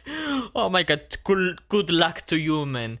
In the meantime, we are continuing with the shit show. Hopefully my camera will be alright. Specific sound they make in response to a predator, and playing those calls on loudspeakers near trash sites. Basically what pilot whales do to orcas, Japan... I thought that was only a thing with the weaker ones. Holy shit. By the way, yeah, that will do. Had to resort to with a bird, but really the only thing that made a difference was regulating the very problem that caused it. People started covering their trash with blue protective tarps, and Utsunomiya University professor Shuei Sugira helped develop a special yellow garbage bag that the crows couldn't see through. And it had to be a very specific yellow. Oh wait, I forgot to read. I thought that was only a thing with the weaker ones. Well, life can be anything. Or else it wouldn't work. Many places like restaurants in Ginza pivoted to having their garbage collected at night, instead of the crow's prime time of late morning. But by far, the most effective measure was just making less trash in the first place, and Tokyo's 3.52 million metric tons of trash in 2001 was cut down to 2.45 million in 2024. That's better, but not better enough. You need to reduce it. Reduce it a lot. Eventually, the crow numbers would start to chip away, and in 2026, the population is only 20% of its peak 2 decades ago. That was the only way a trash terrorist was going to be beat, as bird experts noted that the traps would only work on younger, dumber crows, and that the birds even figured out how to work around the protective tarps. But some experts worry that the war isn't over, that it's only a matter of time before the next wave of street-smart crow fiends rise up again. Crows are just too smart to be defeated by conventional methods, because crows are not a conventional bird. In fact, just look at this absolute unit. They might have the most unconventional form of self-defense. Crows are the biggest trolls in the animal kingdom, and I don't think it's close. But what if I told you the rage bait strategic? Let me explain. Crows are omnivore opportunists, and a lot of those opportunities come from scavenging. But scavenging can put them up against much bigger, more powerful predators. So crows will often be so annoying that they force the competition to rage quit. And they'll do this by pulling feathers, and they'll do this to some of the largest birds of prey. Stellar sea eagles are big enough to catch an AI accusation, but a crow will still tail check them. And backtrack encounter 2? Question mark? I'm pretty sure it's 4. And in this video, you start to see why, with this crow pulling up on 2 turkey vultures and repeatedly baiting one of them until the vulture finally has enough and makes it the bystander's problem, allowing the crow access to the bird bath. An even more extreme example was a crow arriving at a fresh carcass and waiting for stronger vultures to tear into the hide he couldn't. And with the gift box open, the crow immediately started pulling tails and testing patience, until eventually the troll bird instigated a vulture brawl, during which he snuck in and stole him a piece. It seems the habitual line stepping is a way for the crow to counter with you could say that this crow is a habitual line crosser. You see what I did there? Yeah, you should see. You should saw. Yeah. Brain.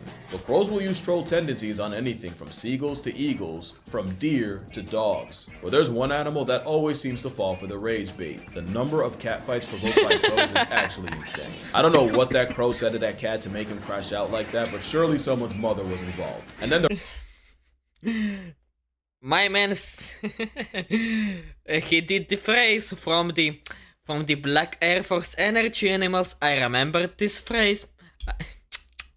Good one, Cash. Good one. They're always right there to enjoy the violent fruits of their instigation. Crows don't want peace. They thrive off problems. Just to hover above it like a boxing promoter. Now it's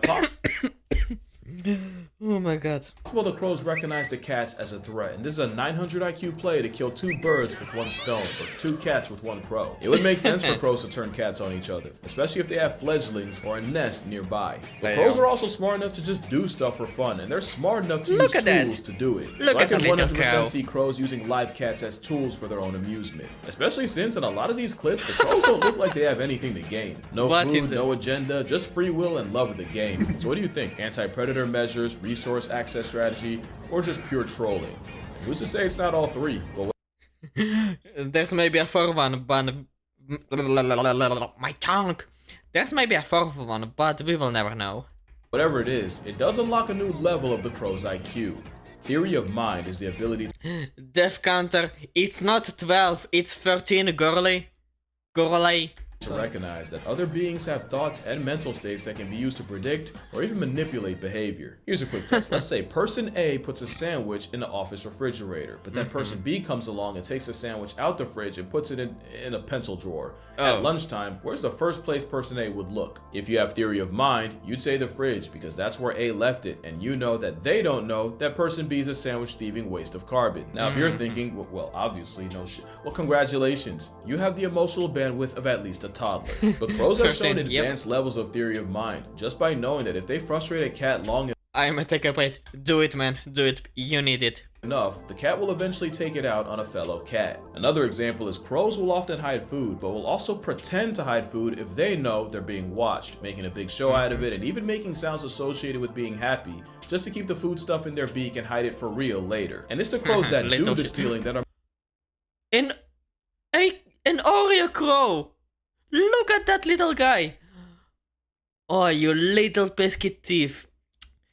The Oreo crow, right here. most likely to perform theft insurance, meaning they can put themselves in the mind of another crow and act accordingly. Now I don't want to act like this is a super complex thing, like squirrels will do the same misdirection to protect their nuts. We're just gonna ignore that they often forget where they put them for real, and that ADHD builds forests. But crows take it further than anything with a walnut-sized brain should. Crows building dummy nests to fool Tokyo bird control is another example. But my favorite example was this story of a crow that got bullied off parking lot fries by 2 seagulls, and after repeatedly trying to take back what was his, seemingly gave up and flew off and appeared to find what looked like other food. Well, of course this got the seagulls' attention, and with all their biblical greed, they flew over to steal again, and while the seagulls were left with the stick the crow was posturing as food, the crow was able to spin back and take the fries, their pride, and the W. Along with theory of mind, crows were also able to pass Aesop's test.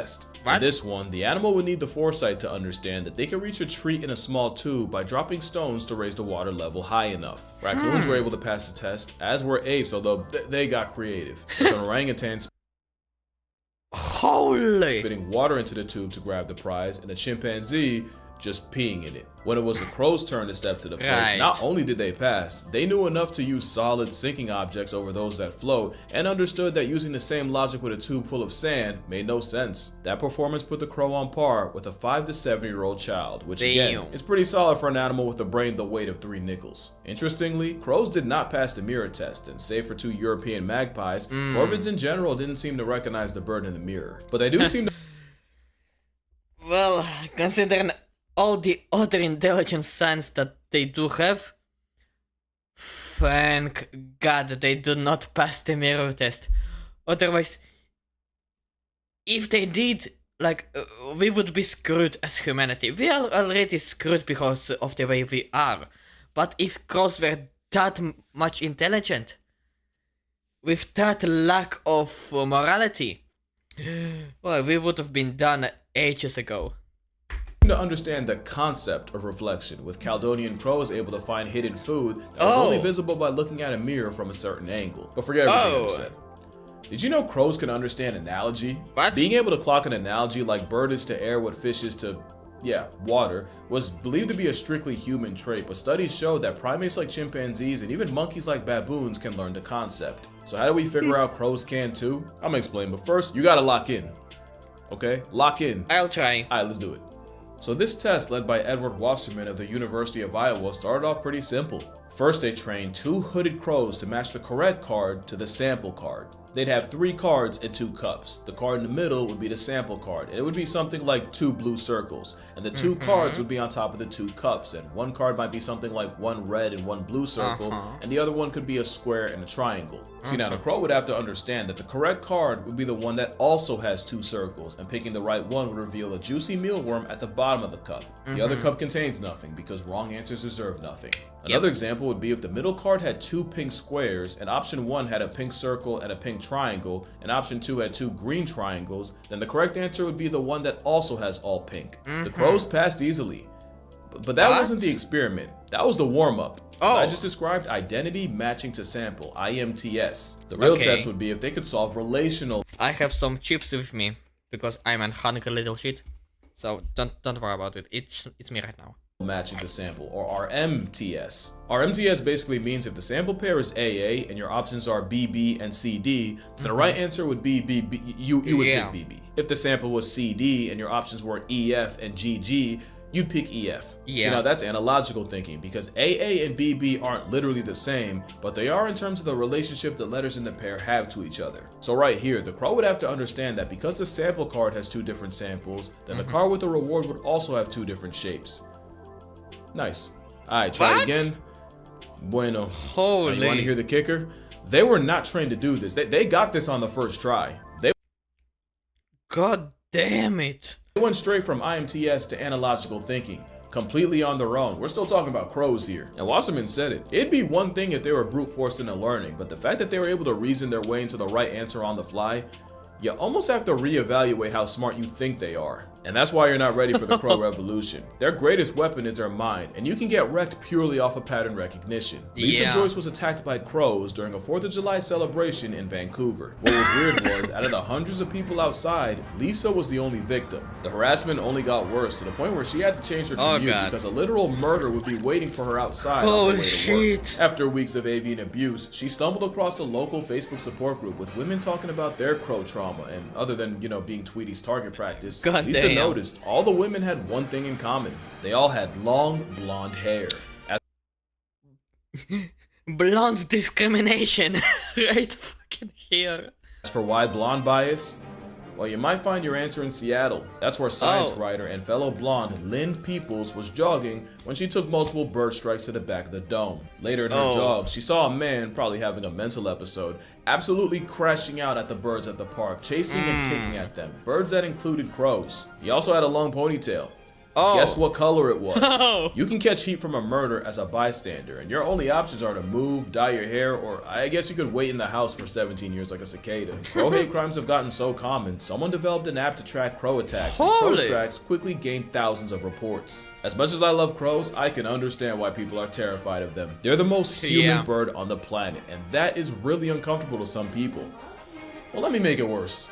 Because corvids like crows, but especially ravens, have had a relationship with wolves that is eerily familiar. You see, corvids will scavenge off wolves' leftovers, but often it's the flying dry snitch that leads the pack to them in the first place. In return, the wolves seem to tolerate the birds picking at the meat once the wolves have ripped it open. But it's not just a business relationship, as ravens and crows have been seen playing with wolves in Yellowstone, sometimes grabbing sticks to play tug-of-war, or sometimes even flying above the wolves to get them to jump at them. The birds seem to especially favor playing with wolf pups, and naturalists watch and swear by corvids having emotional bonds with specific members of the pack. Not to mention Caledonian crows, the ones that pass the tube test, can not only use tools, but they'll build them, like with multiple steps. Like if you give a Caledonian a box with food and a bunch of sticks, but none of the sticks are long enough to reach the prize, the crow has the presence of mind to combine multiple sticks to retrieve the treat. That kind of compound tool use basically puts them at primate tier. So let's see here, able to use tools, hold grudges, wage straight up war, befriend wolves, understand analogies. Yeah, either they're the humans of birds or we're the crows of primates. And that's probably the biggest reason why people fear them. They're arguably the biggest threat to human hubris. Thanos... This is literally a lightweight flying monkey. Crows are lightweight flying monkey or even a chimpanzee. With how ridiculously smart and aggressive they are. Just holy shit. snaps us all out of existence, don't be surprised if we come back to a black Air Force in the driver's seat. And that's gonna do it for this video. Drink water, hug your mother. I for one welcome our imminent avian overlords, just for anyone watching. Yeah, acknowledge your father, and me I'm gonna too. see y'all in the next one. Listen. If my boys are willing to be nice with me, if they are willing to, like, be friendly with me, we are gonna have a great civil time, okay? Okay? Hopefully. Look at his mouth.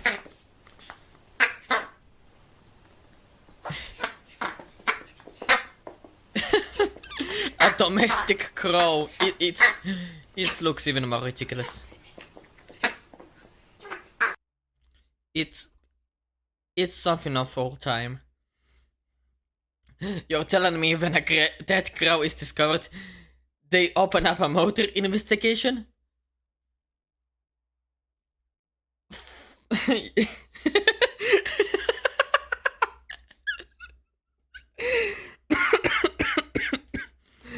Honestly, at first I was thinking that they were fucking the crows, but I guess it's not that bad. Fun fact, in Sweden, they're teaching crows how to pick up trash. There are trash cans where they can throw away things like cigarette butts into it and get a nut. Wow. Wow. Holy crows. It's absolutely something. Oh my god, I need to go to the bathroom real quick. You can also let the camera cool off for a while. I'll be back in a minute. Enjoy some music in the meantime.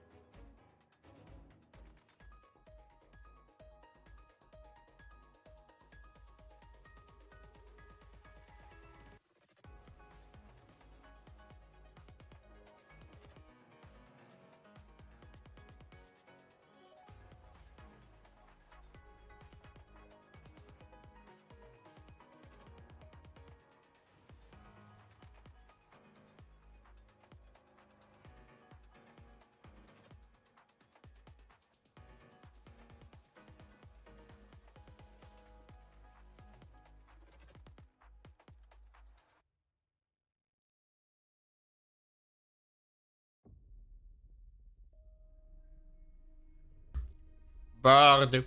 Bird. Yes, I am a bird. I'm a burb. Alright. I am back from the porcelain throne. Let's continue our reactions and... Oh, sorry. And from casual back to the fat electrician. This time the fat files. Oh wait. Here is the reaction screen. Sorry.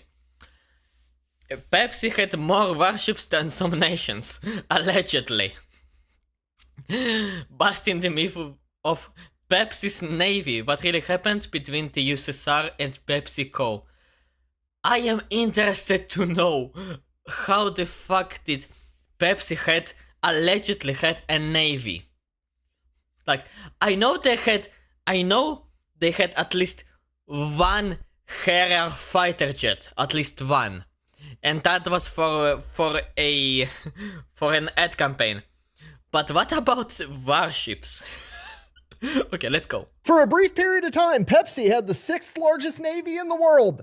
No, it didn't. Oh, come on, man. Come on. Don't break our fantasies that fast. Come on, man. Please. Today we're talking about the famous internet meme that has been sent to me at least 10,000 times that during the Cold War, Pepsi traded a bunch of soda to the Soviet Union. In exchange, the Soviet Union paid with naval warships, and for a brief period of time, Pepsi supposedly had the 6th largest navy on the planet. Pepsi in 1989, after becoming the 6th largest military in the world by a deal with Soviets. Your politics bore me. God, I love this meme format. Just you're something bore me. Like I've seen it with the AI slop thing. Like your AI slop bores me. Give me something good and natural. I don't believe you! Now, to be completely honest, just like my terrible English accent.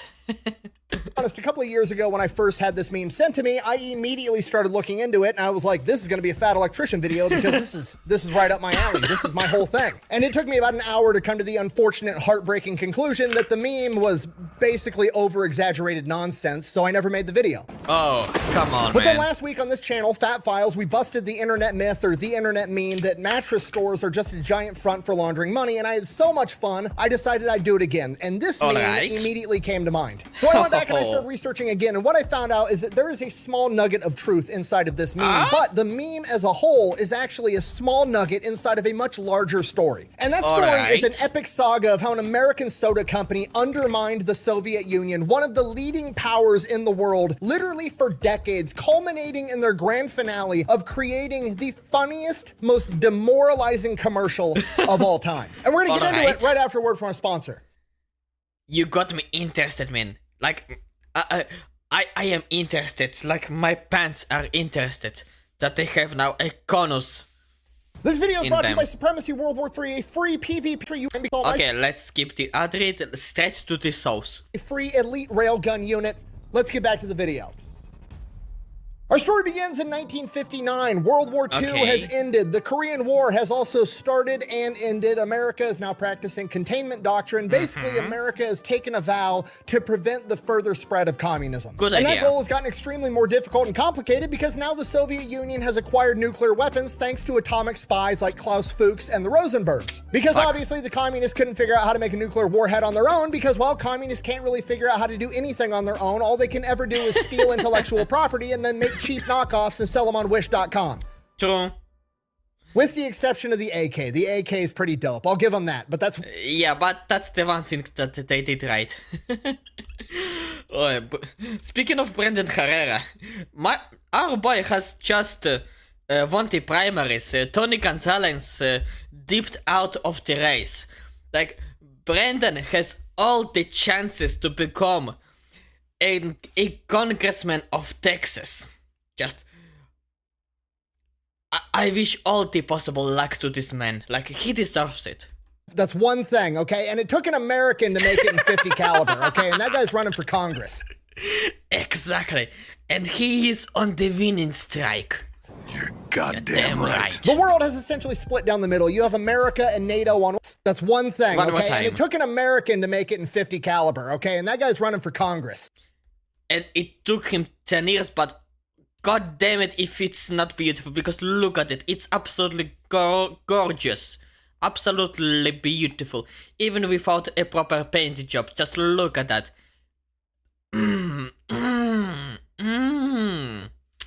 So tasty. You're goddamn right. The world has essentially split down the middle. You have America and NATO on one side, and the USSR and the Warsaw Pact on the other side. The world is divided. The Cold War is at its peak, and we are at the height of McCarthyism with the Red Scare. America is terrified of going to nuclear war and the communists coming to get them. But also, Stalin died recently, so everybody's just kind of like, what if we didn't go to nuclear war and blow up the entire planet? I mean, that'd be kind of cool, right? Maybe we should try to get along. So in 1959, in an effort to make that happen, America and the USSR decided to have a cultural exchange. Basically, it was like an agreement to have a trade show. Basically, like the Soviets were going to grab a bunch of their communist-made bullshit. They were going to bring it over to America, set up a trade show, and show it off to a bunch of Americans, and vice versa. America was going to grab a bunch of their awesome shit that capitalism made. They're going to take it over to the USSR, and they were going to show it off to all the communists. So when America sets up their trade show, they're bringing over all their best shit. They're putting their best foot forward. They're bringing over the best American cars. The Soviets are over here. They're used to seeing the Volga.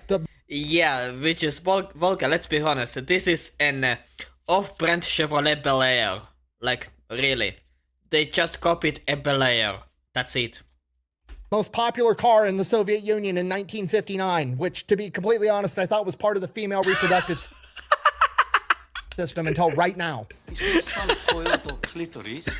No. And then we've got America showing up with the 1959 Chevy Impala, which is an absolute beauty. Just look at that. Oh, absolute, well, just sex on the wheels. God, the American cars in the like 50s, the 60s, even the early 70s. Oh, they were such beauties. And all of that thanks to John DeLorean. And a Romanian immigrant. Yeah. Son of Romanian immigrants, to be correct. Who got Americanized. But still. Absolute beauty. Oh wait. Impala. Yeah. No. He did not make the Impala. John DeLorean did not make the Impala. It was one of the designers who looked after the... I think it was Studebaker cars.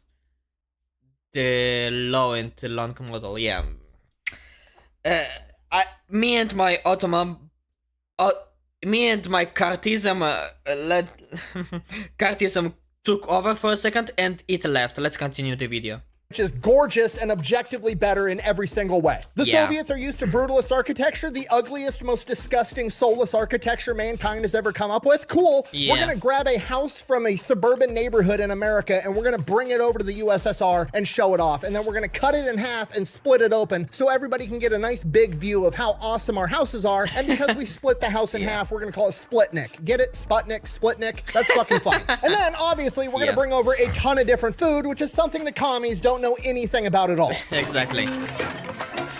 Oh my god, poor kids. And one of the food vendors that we brought over was Pepsi. And I know what you're thinking, why would we bring Pepsi? Why didn't they bring Coke? Well, from what I was able to find, they tried to bring Coke first, but Coke declined because they didn't want to associate with commies, which... Fair. Based. Didn't know I could like Coke any more than I already do, but here...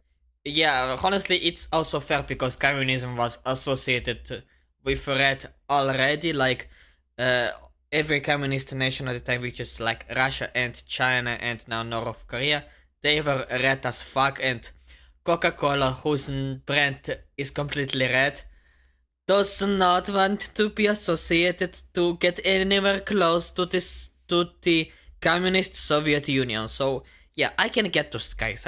I can completely understand that. Here we are. So Pepsi shows up, and Pepsi is like, okay, this is a great opportunity. Maybe we can pierce the Iron Curtain. We can get into the USSR and open up this new market that no American company has access to, and we can become the official beverage of the USSR, and we'll make billions and billions of dollars. It's a brilliant plan. I mean, yeah, and then once the Soviet Union fell, I saw that on kind of consensual, I think. And Coca-Cola decided to join in because Russia was not communist anymore, kinda. And all the Russians started to buy Coca-Cola instead because they were thinking that, well, they bought Pepsi and it's kinda the war, because maybe it's the worst product, it's the worst shit. Now Coca-Cola gets in. And they didn't know that Coca-Cola didn't even want to get in the first place, so they think that, oh, finally they bringing in Coca-Cola, they bringing in the good shit, and so they started to buy that. Absolutely ridiculous, to be honest. I mean, maybe. I find it hard to believe that becoming the official soda of the USSR would be a good plan, but I mean, we'll see what happens. Yeah. They've done studies, 60% of the time, it works every time. That doesn't make sense. So Nikita Khrushchev shows up, Stalin's replacement, the head of the USSR. He's walking around this trade show and he's talking shit the entire time, right? He's looking at all of America's cool cars, all the food, the houses. He's looking at everything and he sees it as just one big psyop. Like, America can't be doing this well. They're clearly putting their best foot forward, trying to demoralize the Soviet people. So he's just going through the whole trade show, pretending to be unimpressed, talking shit the entire time. And of course, he's walking around the trade show with America's highest ranked delegate there. Obviously, America's not going to send the president of the United States over to the Soviet Union because they just kidnap his ass, and they're not going to send Nikita Khrushchev over to America, so they just send a high-ranking person, and that high-ranking person is the vice president at the time, Richard Nixon.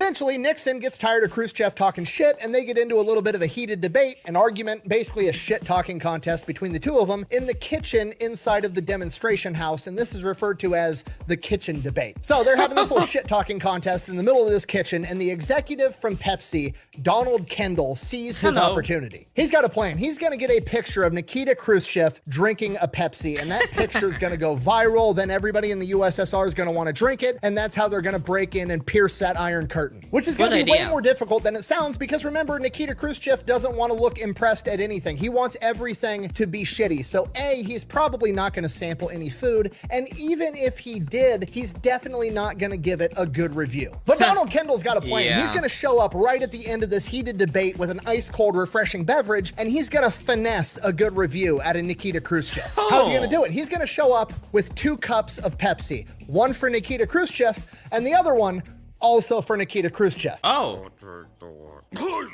So when Donald Kendall rolls up with both of his Pepsis and gives both of them to Nikita Khrushchev, he's like, Mr. Khrushchev, I wanted you to try an ice cold, refreshing Pepsi. This one is made with water from America, and this one we made since we got here with water from the USSR. Which one do you like more?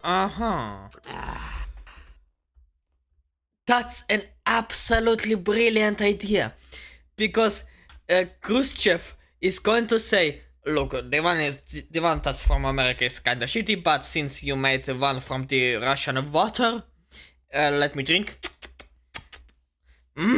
Tasty, tasty. In reality, it tastes the same. Even, in fact, the one from Russian water, it tastes like shit.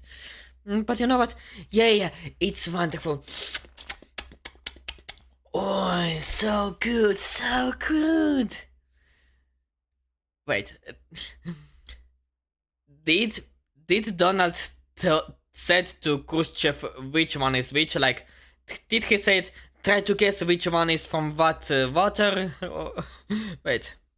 Tasty. Okay, do you understand what just happened? It's beautiful. Now, Nikita Khrushchev is backed into a corner because if he's going to give a bad review to Pepsi that's made with water from the great USSR, he's talking shit about his own home country. He can't do that. So he's forced to try them both and then say that the one from the USSR is fantastic. Gotcha, bitch. And then, of course, while he's taking a drink, they make sure to get pictures. We've got the before and the after. Here's the before, moments away, seconds away from success. Look at Donald Kendall in his white pimp suit. That is a man who knows his plan is about to come together. And then we've got the after. Look at the smile on Nikita Khrushchev's face, tasting capitalism for the first time. It's beautiful. These pictures go viral, and Pepsi becomes the mythical drink of capitalism that can bring a tear to even a communist leader's eye. So now people in the USSR, they want to try Pepsi. They want to be able to drink it. But the problem is they can't really buy it because the Soviet Union uses the ruble, which isn't really recognized by anybody outside of the Soviet Union. So even if Pepsi did go in there and sell a bunch of Pepsi, they could only get paid in rubles, which aren't good anywhere else in the world. So so the entire thing would be worthless. And before Pepsi and the USSR can figure out some kind of alternative deal, the Cold War ramps up a ton. The nuclear arms race is going on. Nobody's doing any business with the USSR. It's looking like we're going into nuclear war, so it's not gonna happen. Okay, great. Fast forward like 13 years. Richard Nixon is now the president, and Donald Kendall is now the CEO of Pepsi. Richard Nixon is trying to de-escalate the entire Cold War. Basically, we've spent the last 20 years making as many nuclear bombs as possible and coming up with a bunch of ridiculous creative ways to put them on our enemies' foreheads, and it's getting out of hand because now America and the USSR both have enough nukes to end the world 10 times over. So Nixon works out a deal with the USSR called SALT I, the Strategic Arms Limitation Talks, and basically it puts a cap on how many nukes each country can have and how. Isn't that the treaty, like? The T in the SALT, isn't that supposed to be treaty and not talk? Anyway, the men who make binders knows definitely way more than I do, so whatever. How many methods of deploying them they can have. Basically, we both have enough nukes to blow up the entire planet. Why are we making more? Let's just put a stop to this and accept the fact that either one of us could get pissed off and flip the entire board game over whenever we wanted. And this signals to American businesses and the rest of the world, really, that America is trying to work with the Soviet Union again. Cue the CEO of Pepsi, Donald Kendall, sauntering back into the equation. So he comes in, immediately starts trying to work a deal, right? This is an enormous untapped market. If he can get in there, he'll absolutely crush. He knows that. But the problem is, Soviet Union still has the ruble. It's still worthless everywhere outside of the Soviet Union. Sir, this is just monopoly money. So the Soviets literally don't have any money to pay for the Pepsi with. So what do you do when you want something but you don't have money? You trade. Okay, well, what do the Soviets have? Vodka. And obviously the Soviet Union isn't allowed to export and sell their vodka in the United States because the United States doesn't do business with the USSR because, you know, sanctions and whatnot, political nonsense. So obviously this plan of being allowed to sell Soviet vodka in the United States of America on Pepsi's behalf is a pretty tall ask for the US government. Luckily, Donald Kendall helped this politician campaign and win his office, and that politician's name is, let me check my notes, Richard Nixon, the fucking president. Somebody's more important. Oh my god. Freddie, can you keep the riffraff out of here? And now they're homies and have been since the 1959 trade show 13 years ago. So Donald Kendall goes over to his homeboy, the president, and is like, hey, if I give the Soviet Union a bunch of concentrated Pepsi syrup so they can bottle it over in the USSR and make soda, and they pay me with Russian vodka, can I turn around and sell that in the US marketplace and Pepsi keeps all the money? To which Richard Nixon and the rest of the American government is probably like, so let me get this straight. You want to be able to sell Russian vodka in the US marketplace, and that money is going to stay in the US marketplace. Pepsi is going to keep that money, and in exchange, you're going to give the Soviets diabetes. Yeah, that's fine. Go ahead. Boom. I wonder, does Pepsi ever made in the US like Pepsi vodka or something like that? Pepsi alcohol? Like, let me look it up for a moment. I'm really interested, since they had a lot of vodka from Russia. Pepsi vodka. Did they ever do that? Okay, I see a grenade. No, it's not that.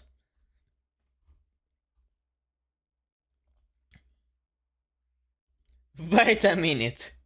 Wait a fucking minute.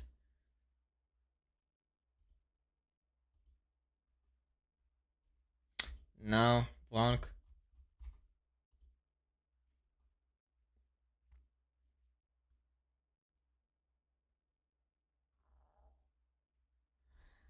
There is literally a Pepsi vodka combo.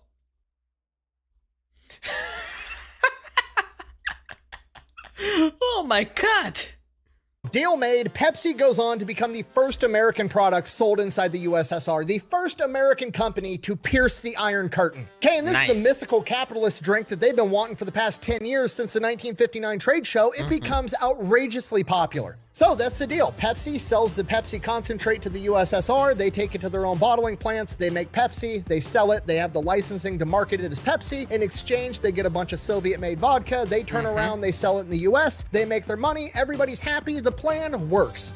right up until it doesn't. By 1989, you gotta remember, Pepsi is essentially operating inside the USSR with a monopoly. Everybody's drinking fucking Pepsi, whereas on the other side, where they're trying to sell vodka, there's competition for alcohol. There's beer, whiskey, there's probably other vodka brands, right? They're not selling as much vodka as they are Pepsi, which means Pepsi's not making enough money, so they've got to figure out some other way to barter with the USSR to get the value from all the Pepsi they're sending over there. And this is where the warships come in, okay? According to the internet meme, Pepsi then trades a bunch of Pepsi over to the USSR in exchange for 20 Soviet warships, 17 submarines, 1 cruiser, 1 frigate, and 1 destroyer. And then they eventually sell it off to be scrapped, and that's how they get their money. But for a brief period in time, Pepsi had the 6th biggest navy on the planet. No way. Okay, no, it's not. I did the rough tonnage on 17 submarines, a cruiser, a frigate, and a destroyer, and I checked. It would not be in the top 10 for 1989. Honestly, I'd be shocked if it was even in the top 20. And that's if you're being generous enough to call 20 scrapped vessels a viable navy, which it's not. B, not really. That's also just not what happened. Okay, there's a bunch of other YouTube videos about this. They all seem to have a different version of what happened or how this went down. Some of them say what the meme said. Some of them have a little bit different critique, whatever. I don't think any of them are right from all the other videos that I watched. They all just appear to be citing each other, citing the meme, or citing random blog posts that they found. So I went through scouring newspaper articles from all across the United States of America from 1989 till 1995, and here's what I found. Pepsi did not trade concentrated sugar syrup to the USSR for 20 warships. At no point did Pepsi have ownership over these warships. What they did is they brokered a 3-way deal with a Norwegian shipyard. And they basically had the same exact proposal that they had with the US government. They approached Norway and they were like, hey, if we convince the USSR to turn over a bunch of their warships to you for scrap, and in exchange, you give me a bunch of money, and then I give them diabetes, would that be okay with you? And the Norwegian government is like, cool, that's great. So the Soviet Union... So the deal is between the 3 sides. Pepsi gives diabetes, aka Pepsi, to the Soviet Union. The Soviet Union gives all its useless garbage at this point, like used ships, submarines, and all of that, to the Norwegian scrapyard, so they could turn all of that into scrap and money, and then the Norwegians give this money back to right to Pepsi, like a 3-way exchange with Norway being kind of the middleman in all of that. Did I get that right? My god, it's brilliant. Union turned over 20 warships to a Norwegian scrap company. They went, they picked up the warships. Pepsi had no ownership of them at any point in time. And then the Norwegian company gave Pepsi a bunch of money. Yes! Nice. Yes! Can you feel that, buddy? Huh? Now, a bunch of American newspapers started reporting this. They made the story very confusing, so I see why some people do think America had the 6th largest navy on the planet at some point in time, even though that is incorrect. So once people got that impression, they also started to get conflicting feelings like, hey, I don't know if a soda company should be getting involved in international arms deals involving gigantic naval fleets of warships, to which, you know, pretty understandable sentiment. Pepsi doubles down. They come out with a press statement saying the US government's just mad that we're making them look bad because we're de-arming the Soviets faster than they can.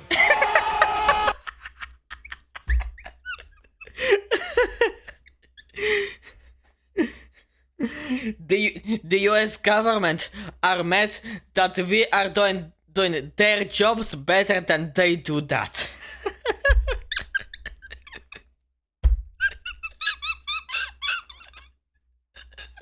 Absolutely wonderful.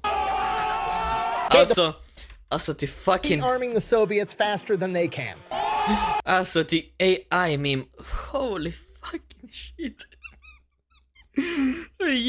Nick, Flack, boys, you could have just put the original meme. There wouldn't be a problem, really. You could just type the CEO of Pepsi or whatever his name is, Donald, to the guy, just pin it to the guy's jacket. But why did you use AI for a meme? My god, man. Come on. Like, I do not like AI. I will be honest with you. I think I see AI bullshit as absolute dog shit. Like, AI generated images, videos, all of that, absolute trash. Like, this is not what AI is supposed to be used for. Like, seriously, come on.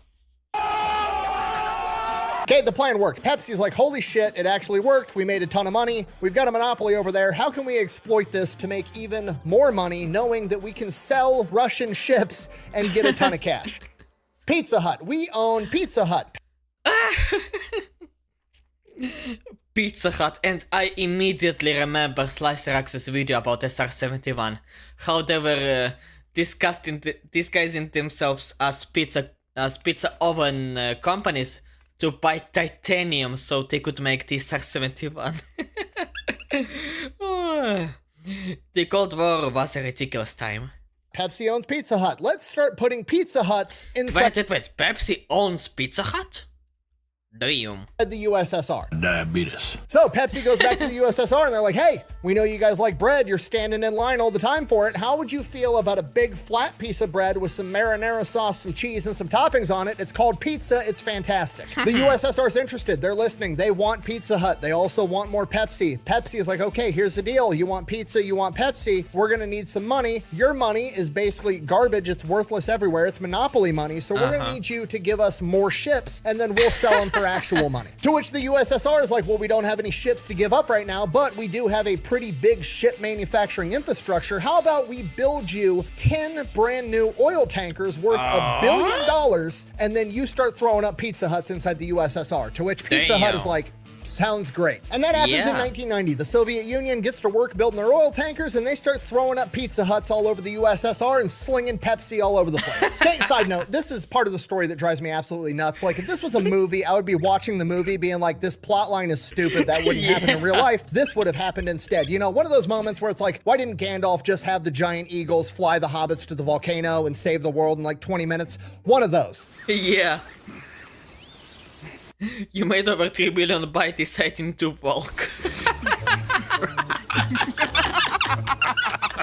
Why don't the Soviets just steal the recipe for Pepsi? Like, I don't understand. Like, don't get me wrong. Stealing intellectual property is wrong. You shouldn't do it. But also, communism does not have a concept such as morals. So, like, who gives a fuck about them? But really, why won't they just steal the Pepsi recipe? Why don't they steal the Coca-Cola recipe? Like, what the hell are we talking about?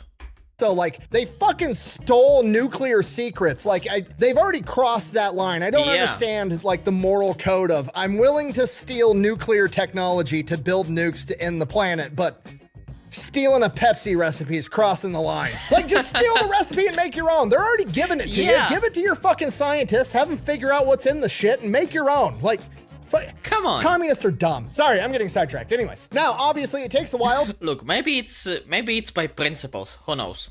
To build 10 massive oil tankers worth $1 billion, like, you know, more than a year. And guess what happens in 1991? The Soviet Union collapses, and overnight, what was one nation with one government fractures into 15 separate nations with 15 separate governments, all with 15 different sets of laws and rules. And this is a logistical horror story because Pepsi and Pizza Hut's entire supply chain, the manufacturing and the distributing, one night was all in one country. It was all perfect. It was set up, ready to go. It was a fine-tuned machine. And then overnight, it's now spread out across 15 different countries, and all those different countries want different shit.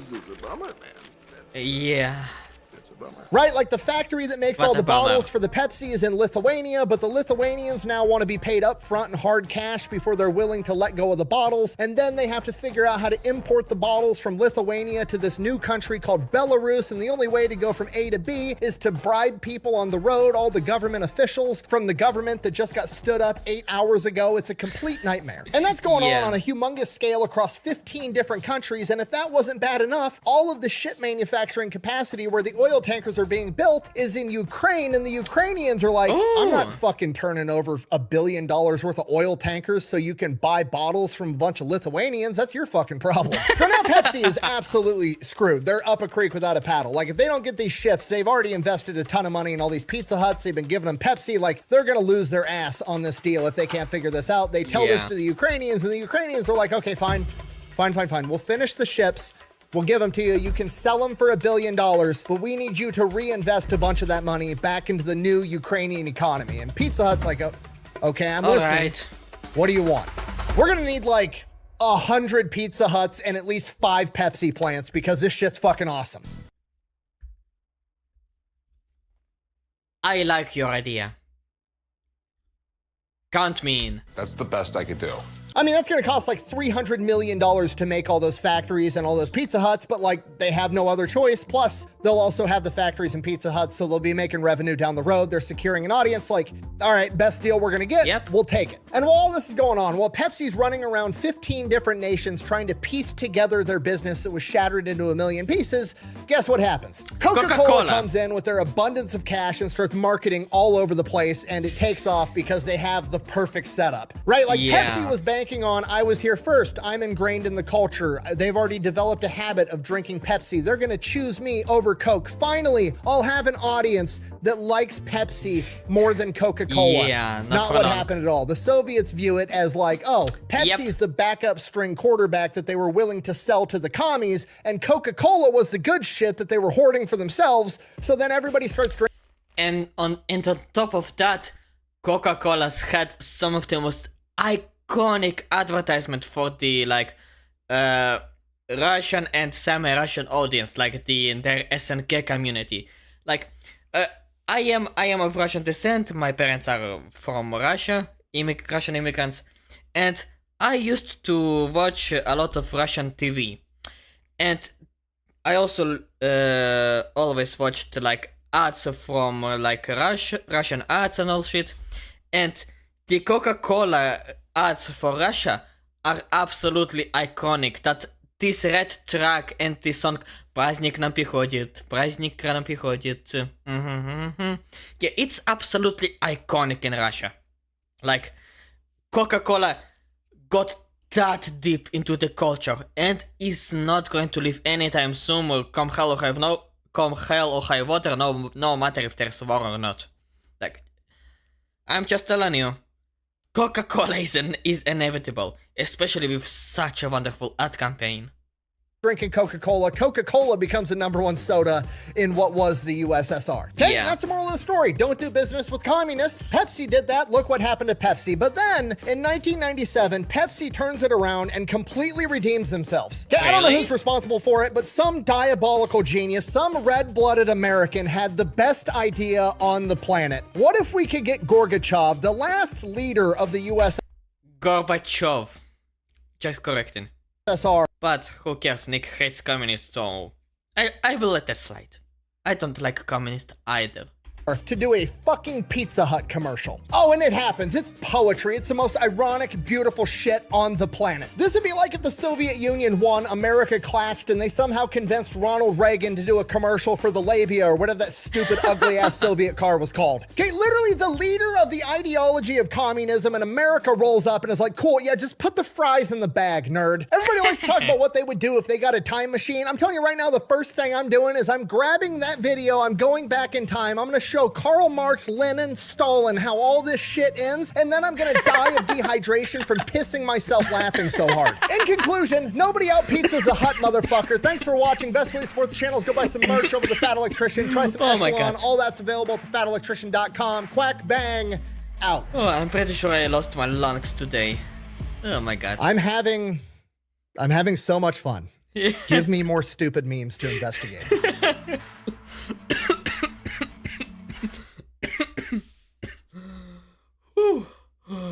And apparently he did have some more memes to investigate, because look at what is right behind me.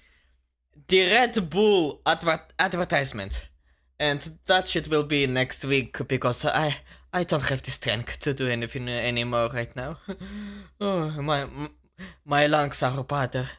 My lungs are powder.